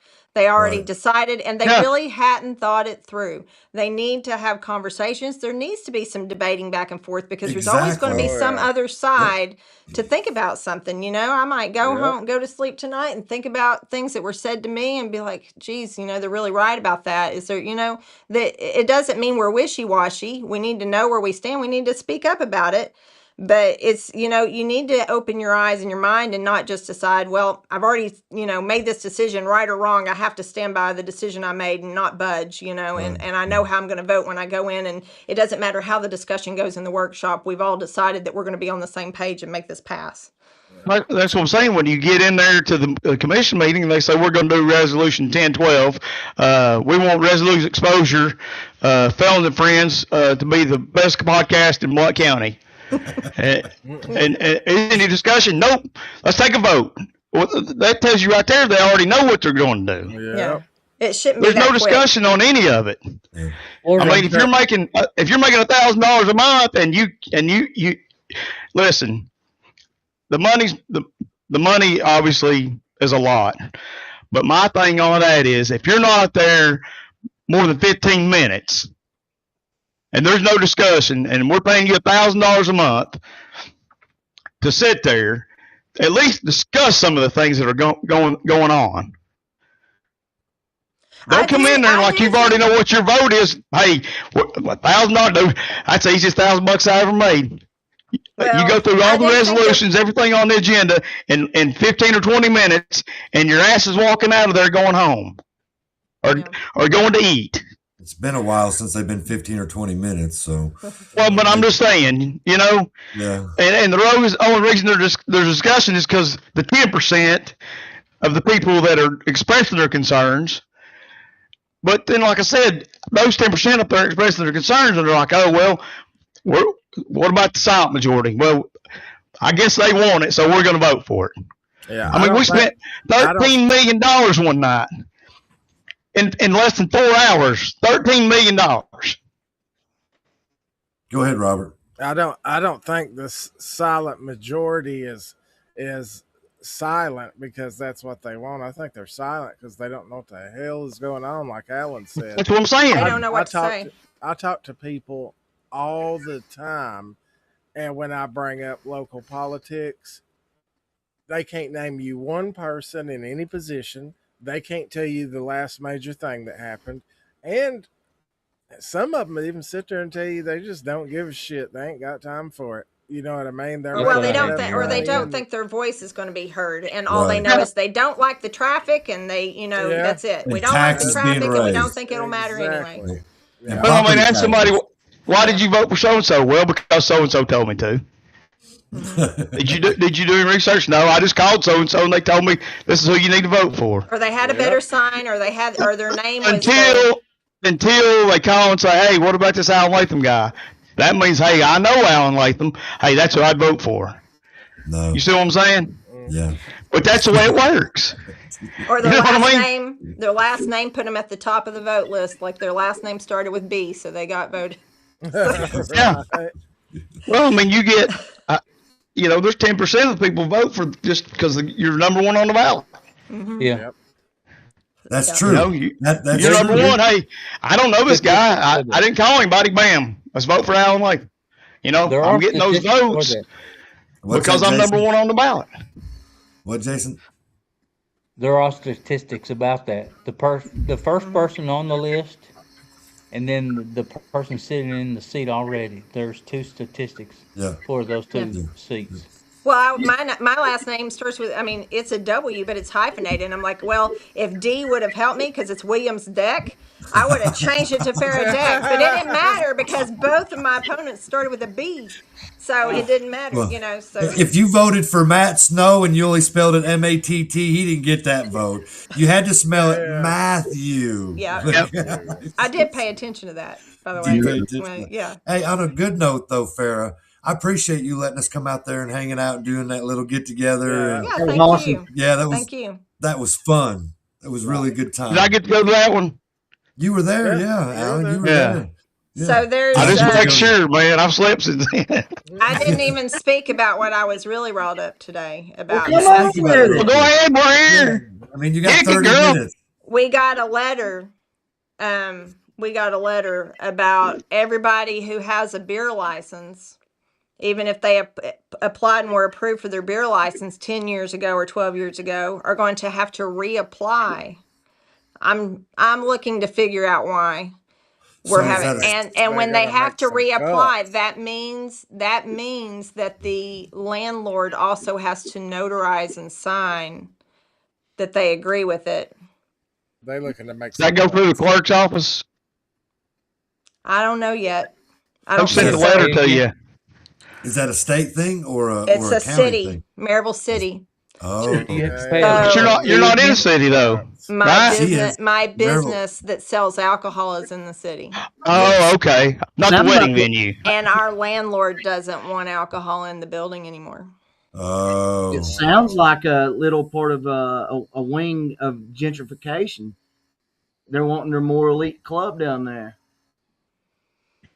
I don't know. We did, so now we're going to be selling dirty sodas and mocktails, I guess. But we're not going away, so. Right. Make it If a somebody was hoping to BYOB. hurt me, that's okay too. Yeah, but what you need to get is get your special beer permit, like they do at those events, and you can sell beer.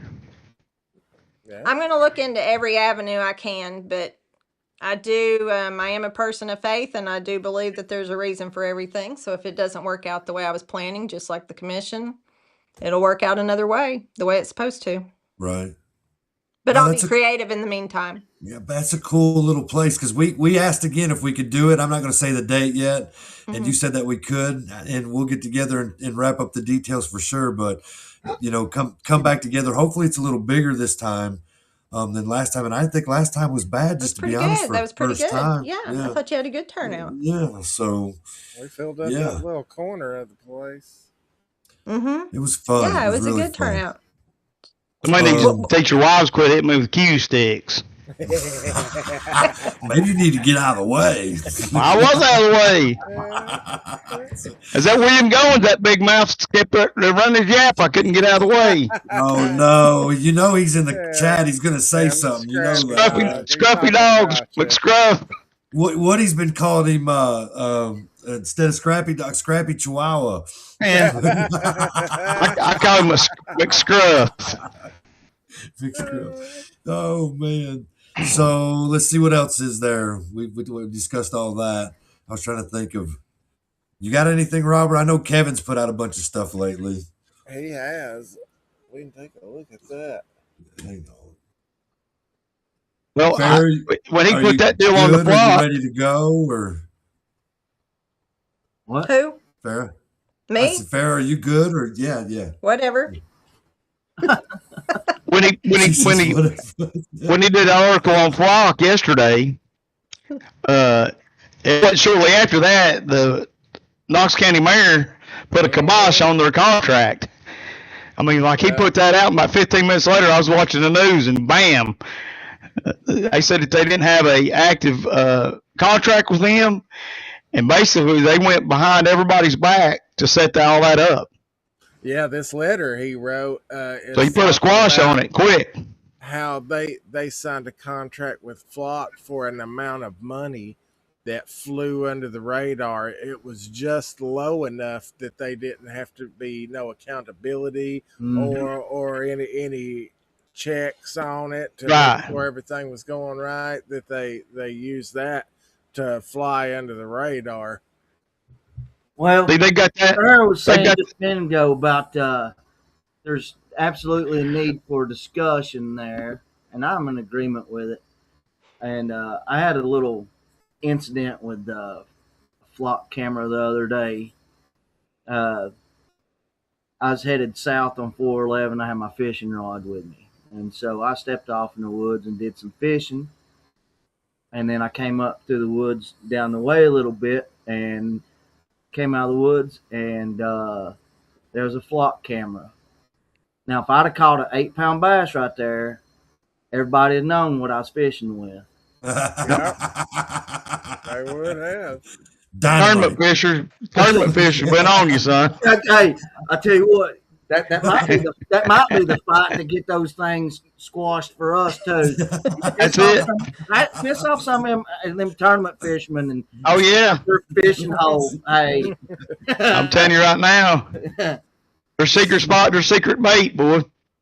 Secret spot, secret bait. I wonder if those are paid for by TWR. Well, I tell you what, this one made sense.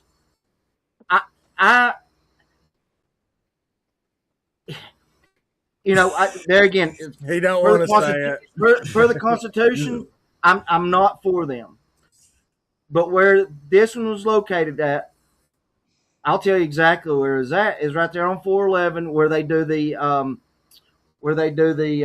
mobile way station at, right there going into Madisonville. Yeah. Well, and so anytime you go through a scale house, there's cameras. People don't realize that there's cameras several miles down the road that go to that scale house. I don't know if y'all have ever been inside the scale house, but there's all these screens in there. They got X-rays so too, don't they? Huh? They got X-rays too. Yeah, yeah, they got a little bit of everything. Yeah. But you know, there's a lot of bad stuff that happens in the trucking industry, and so in some places I can get it, but just out and about, peppered throughout communities and neighborhoods and everything else, no. But something like that, where where an officer needs evidence, or something bad happens to an officer, because that type of stuff does happen to DOT officers. But anyway, I'm not for them. I'm not even for those ring cameras, because there again, I was talking to somebody today about it. The ring camera things, sure enough, they're helping do the same thing. They're helping solve crimes. But, a detective or a police officer, whoever, shows up and asks somebody that's not even affiliated with the crime or anything like that, hey, there was a crime that happened right here. And, I can tell you a perfect scenario that happened right here in my community. Whenever D-Hart shot the cops, he went down Old Reservoir Road down here, and they found his car. Well, they started checking all the neighbors' ring cameras, and that's all well and good initially. However,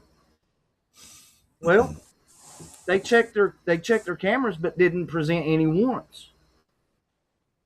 It's a warrantless search. They just went through their information. You know what I mean? Do they have to get owner's permission for something like that? Yeah, but you're doing it without a warrant, just like these flock cameras. It's a warrantless search. You know what I mean? Yeah. Well, nobody's asking me about the flock camera. Right. So my thing is on that is, if they use that as evidence, do they give you a property receipt? If they're using your, because I know anytime we took anything in evidence, whoever it's from, you had to fill out a sheet. They signed it. Of course, all your information on there. You had a pink copy, a white copy, and a yellow copy. They get the yellow copy, white and pink goes back to the office. Pink goes with the evidence into the property lockers, and then white goes with your report. Yeah. You see what I'm saying? Yeah. So if you've got that as evidence, you have to have a chain of custody for that to be presented in the court of law. Does that make sense? Yeah. Absolutely. Yeah. That's what I'm saying. It just, there's some things there that it's really government overreach and not following the constitutional steps that should be taking place in procedures like that. That's almost everything nowadays. Yeah, that's like when get arrested and go to jail, and I don't, unless you got a buddy down there, but you fixing to get all kind of rights violated. You know what I mean? Mm-hmm. Yeah. Mm-hmm. But it's like they use, I think, ring cameras to solve that hit and run where the gentleman ran over the lady on the bicycle. And there may have been flock involved there. Nobody knows, because they didn't come out and say, "Hey, we utilize ring camera and flock footage to solve this." That's my deal on it. And fair, I know you talked about it, but the public, us, we don't know how many crimes have been solved or not, because there's no articles written on it. There's no press conference say, "Hey, with the help of flock, we solved da da da da." Yeah, and there should, I feel like there should be, initially. So I think more people would understand and be for it if there were, if they felt like there was such a good. And I understand the whole liberty versus security and all that, And I there's do. there's a lot of misuse behind those, and there you go. false allegations. Well, where we've seen lots of stories but that's where on- people's went to jail. There's tons for of the data AI. about But not in Blount They County, just, right? No, That's No, like a whole not different. Blount Yeah. County. Yeah. We have, Oh, but I we mean, have- there again, though, if you think about it, how many kidnappings, how many bank robbers, how many DUIs, how many hit and runs. Where's all the data that we've had all that here in Blount County and it's been solved? You see what I'm saying? That's not. We don't really have high profile. And that's what I'm saying. So if we don't have all these, I mean, I can't remember the last bank robbery we had. I think maybe 2012. It was when the Orrs were police officers. So I think back in the 90s, maybe. Well, we had one at the CBC Bank. I can't remember it, in 12 or 13, somewhere in there, maybe. And it could have been earlier than that. But, I mean, hell, the city of Maryville, you got 10 people on patrol. I mean, it's pretty hard to get gone, you know what I mean? So, I don't know. Again, they have cameras on their car. They have cameras on their body. Detective work, police work, it's just. And there's already traffic. My phone tracks me. My phone does all these things, but I give consent to that. I pay the monthly bill. I consent to that. I don't like the fact that they sell my information. I've made it known to them, I do whatever, but, so. Consider I got an iPhone. I turn all mine off. Consider this. But yeah, I mean, we're geo-fenced all the time. I mean, if you're in aisle whatever at Walmart, it knows it, and you're going to get an ad for it. Yeah. So I mean, we're getting that all the time, and there are a lot of things that we do consent to, and maybe without realizing that we do, but we do all the time. Those are third party corporations or whatever.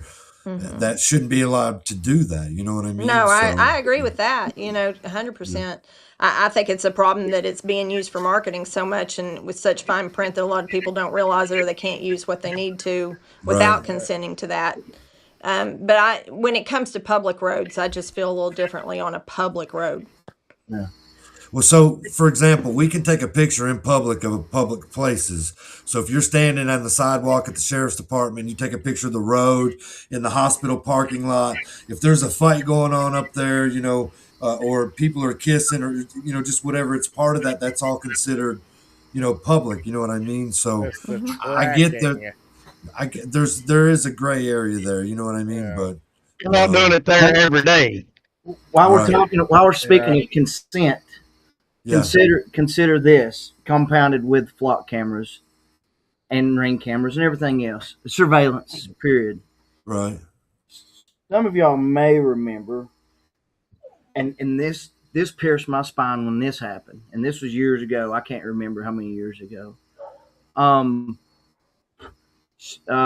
sheriff's department put out some kind of volunteer. I don't even know what you would call it. But anyways, you could volunteer to write down all of the items inside of your house.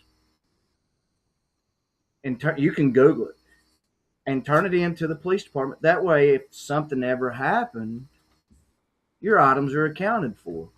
Well, that sounds good if you're turning it into your insurance agent, not the sheriff's department, because there again, it's a warrantless. It's a I said it just a minute ago. Anyways, there's no warrant for it. Say something that anyways, it could be used against you as well. And it's another way of surveilling you without a camera of any type. It's, I have this, I have that. Well, who's to say, as we've seen, our government is becoming very overreaching. Oh, well, you shows here that in 2020. 6, you put that you own this and you own that, and this is on your property, or this is in your house, but you're not. We've seen that you're not paying taxes on it, so you're behind on your taxes. How do you want to go about this? Do you want us to take it now, or do you want to pay your back taxes, or do you want to do a little jail time? You see where I'm going with that? We're just giving. But you don't do jail time for that. Huh? But you don't do jail time for that. Well, yet. Don't scare people. Right. Yet. You don't have no money, you do. There's no debtor's prison. But you see what Anymore. Ain't got no money, Jack. Pay your stay, baby. Yeah.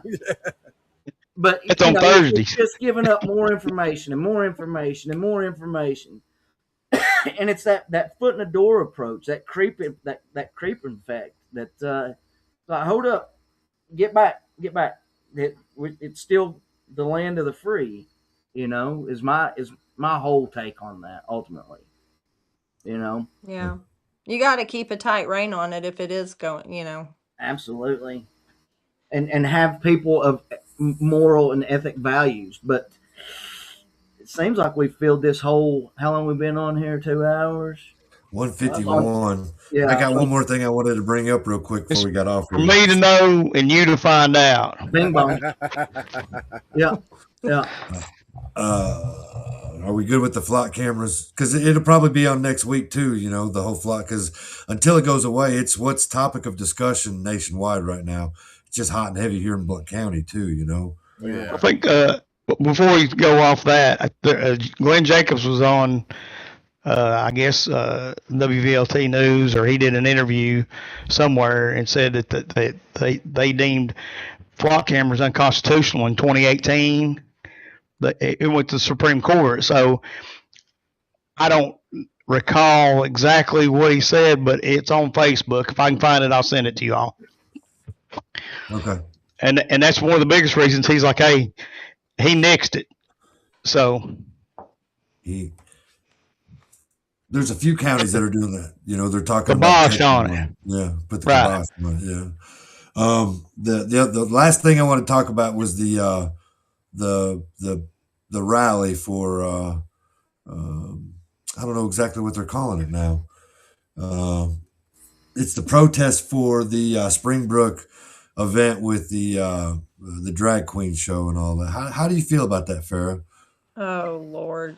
I mean, you don't have to say anything at all. You know what I mean? But did you see the last week we had Angie and Keith on? I only got to pop in for a minute, so I really didn't get to see a whole lot about it. I don't know a whole lot about it.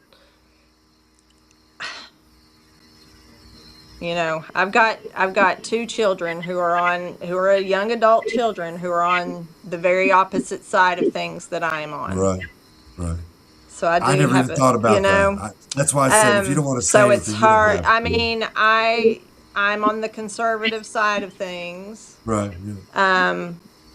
But I have my feelings with love for everybody, and I don't think. I think everybody's got a right to choose how they live their life as long as they're not hurting somebody else. I don't believe it belongs where children are. Right. And basically that's what the rally's about. You know what I mean? Angie and Keith are adamant about, the children are the ones that they're adamant about the most.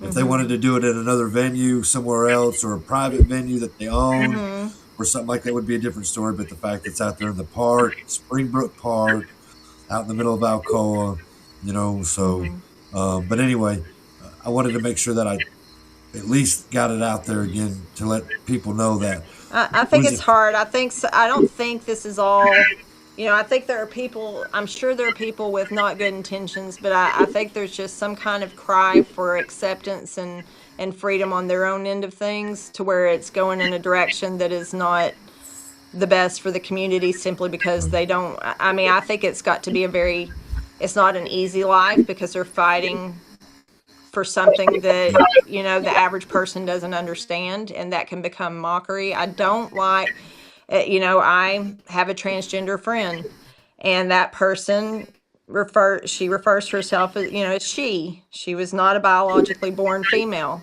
Now, in the billiards industry, I have people ask me all the time to do ladies tournaments. Some people think I don't do ladies tournaments because I don't want the argument of whether this not natural born female is competing with the women in a ladies tournament. I just think that they use it to bully that person. So I'm against bullying in general. I don't think that people should bully anybody. That's a hard enough life for them. Especially if we don't understand it, what do? We laugh about it, or, we shouldn't be. I don't think we should be laughing about it, but that's kind of a natural thing. When we don't understand something, we laugh about it. But I know some really good people who are on that side of things, and we don't have to agree. I don't agree, but I want to speak to them with respect and love, and I don't ever want to bully them. But yes, I think children don't belong in that arena. Yeah, so mostly that's what it's for, you know what I mean? And when they showed me what I think it was Gays Against Groomers, you know, what they, you know, their statement is and all that, and they go after like groups like Blount Pride based on the fact that they use drag stuff like that in their events, and they promote children with that. They were against that. When I saw that, I could not believe that, you know what I mean? I just was like, it was pretty interesting to see this group. It's a very large national group to it. I mean, it outnumbers any pride group in the country by thousands. So it was interesting to see their stand on it, which was it's not much different than ours. You know what I mean? So yeah, and I can appreciate and respect that. Me too. Yeah. So I appreciate everybody coming on here. It was kind of fun. It was a lot of stuff between Adam and the whole flock thing, and then, you know, everything else. Farrah, I'm glad that you got out here and spoke up. It's not going to hurt you. It's not going to hurt you. You know what I mean? They didn't do anything to you because you came on the show. You know what I'm saying? So well, they can't do anything they haven't already done. So well, I mean, the thing about it is they gave. We now. But at the time, they gave everybody opportunity to come in and tell who you are and what you're about. Yeah. Not, hey, do you hate Sheriff Brogg or do you hate this person? There was none of that. That wouldn't have been good for anybody to say that. And that's what I'm saying. I don't personally have any personal issue with Brogg. I was friends with Jerry Burns, and I have no bad feeling towards Brogg. I do believe exactly in certain term limits, and I had a relationship with Jerry Burns that was a friendship that we were on the same page about bringing the DARE. I don't think we're doing enough to keep kids off drugs in schools, and he was passionate about that. So my values aligned with his on where our focus need to be. Yeah. No, I think we did good. Me and Robert did good. We didn't ask nobody questions, hard questions. Like that. Y'all did great. And I'm going to say this too. Hoot should get on here and talk to you guys. I don't know why. I think you probably, What? He look. I hope they change their mind over time. You know what I'm saying? Yeah. So they just did what they were told to do, and they can say that they weren't. So and I didn't. Yeah, I mean that's the thing. They didn't get on bash anybody. I mean, I felt like when I did it, you know, of course that could have been my demise too. I was told I need to pick a side. But I was running county-wide, so I had no sides. I'm for the poorest person to the richest person. But what I'm saying is I spoke who I was, what I was about, how I felt about things, that were going on, and the way they went, and that was it. No bashing anybody, and that's the thing. And everybody had the same opportunity to do that. Yeah. And I mean, I don't know how many viewers we had last week or how many we've had this week, but I mean, we've kept going up in viewers just about every week. You know, there's 5,500 followers, right?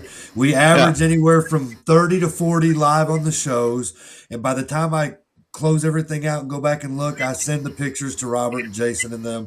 It's up around 200 views, and I don't create the algorithm. So if you're there for 3 seconds, 3 minutes, or 30 minutes, it breaks it down, and it shows more than half watch the biggest part of the show. So I'm happy. It's grown the right way. It's growing.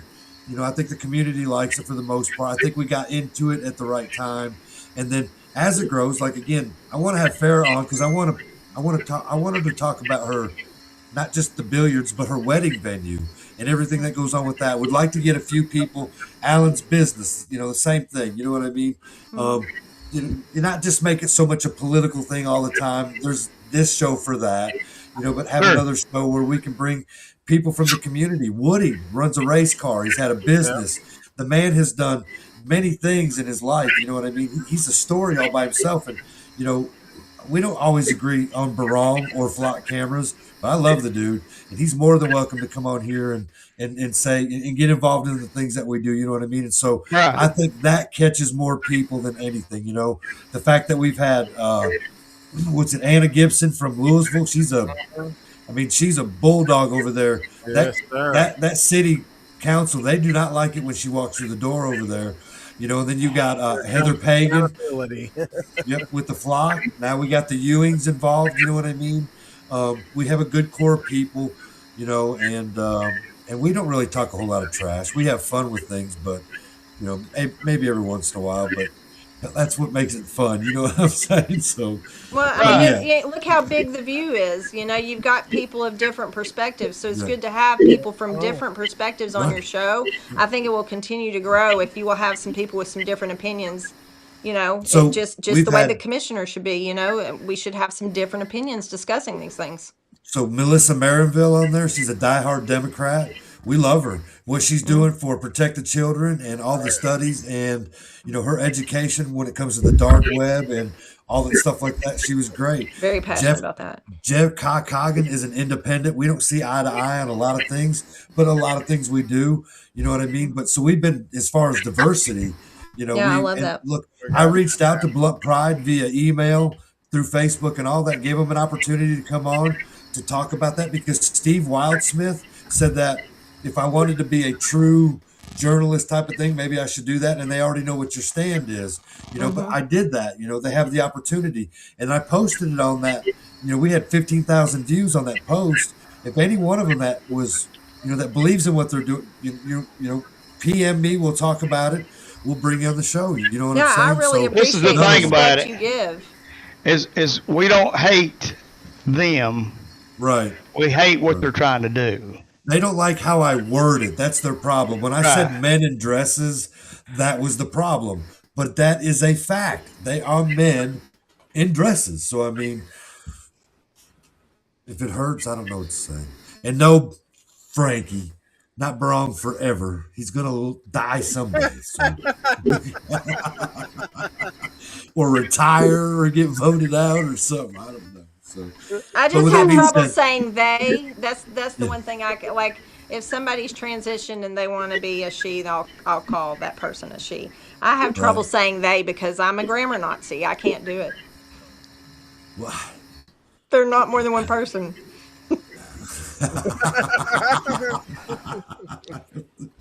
That is awesome. Pick a side. Can't they be more than one person though? Oh gosh. Maybe. No. That's multiple personalities. That's the wrong. Is it the wrong Missy? You seen that movie? No. I think it's called the wrong Missy or the wrong Mary. Wrong Mary. Have you seen Mercy? Yeah. Have you? Yeah. You want to see where we're going in the world? That movie right there. Yeah.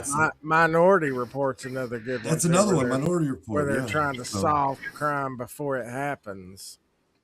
So, all right, guys. I appreciate each and every one of you. Farrah, thanks. You just tell me when you want to, and I'll get a hold of you soon so we can. I mean, I know it's already done deal. I just want to make sure everybody's on the same page before I promote it. So I'm going to be on that committee. Stay on Hoot. He needs to come talk to you because I feel like he's got things to say, and I think he would be good on here. Stay on him, but don't give him such a hard time. Me for that committee. I haven't reached out to him since they all blocked me. The dream team has blocked me. So, but here's the thing: they're not a dream team. I voted for him. I'm doing that on purpose. There's a reason for it because all I heard from certain individuals was wait till September 1st. Wait till September 1st. Well, it's around the corner. But there's some good ones. And I honestly think Hoot will do some good. I think he's going to do some good. So I think about it is all the damage is done. You know? Yeah. All the damage is done September 1st. Now there ain't going to be nothing happen. Yeah. Well, guys, I appreciate every one of you, man. You make this thing what it is. I can't do this by myself. I proved it for a couple years. So love to all of you, man. And I hope to see you guys soon.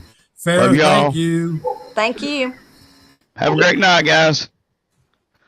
Alan, you too, brother. Matt, I appreciate it, man. Good to see you again. Likewise. We'll do it again in the future whenever I'm not busy.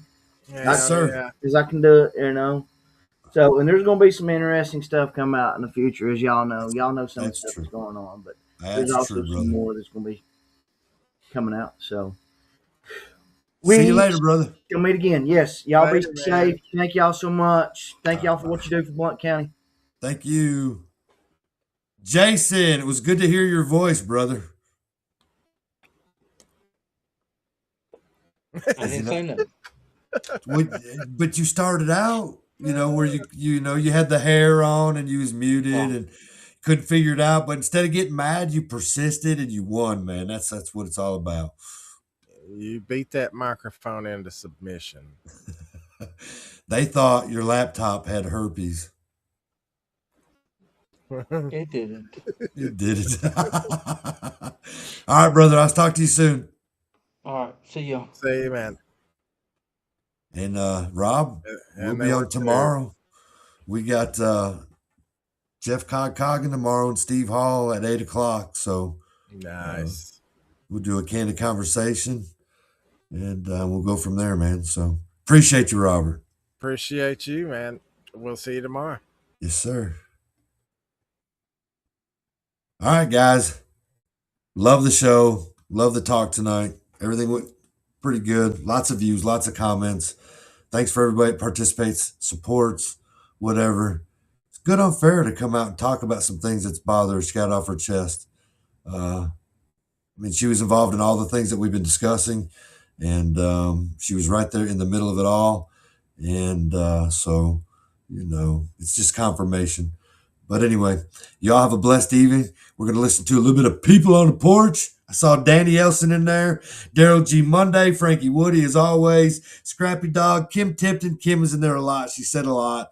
She talks about Kim was out there doing that stuff, walking and campaigning for things back in 2012. Let's see, we had Stacy Gary in here, and I don't want to forget anybody. Ed Reno was on YouTube. And so, yeah, thank you guys for all the support. Y'all have a good evening. See you tomorrow with Jeff Cogcoggin, Steve Hall, and Thursday for Caught Up with Heath, Scrappy Dog. Y'all have a good evening.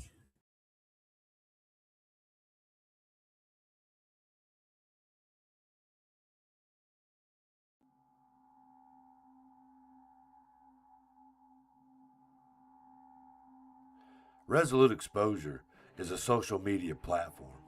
Almost all content on Resolute Exposure is created by citizen journalists. I share content created by citizen journalists who I believe to be the best at finding facts buried deep into the abyss, or outlets who I believe to be best for verifiable information. We have to operate within their system, and we only have the information that they allow us to have. These citizen journalists who nerd out on fact-finding missions and then add their opinion to better inform me to make the best choice for me in this war of narratives is Resolute. This information war is a battle for your mind and ultimately compliance. While mainstream media dismisses social platforms as mere echo chambers for fake news, independent spaces like this prove that shared content and live dialogue actually foster deeper critical thinking. So, I am excited to share the content in hopes you'll turn off mainstream media, who I believe is just a version of entertainment.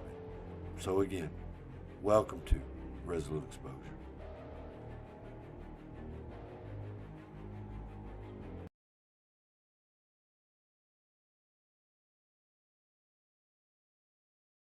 My heart, pumping all day long, getting me the morning when darkness comes. My heart, ooh.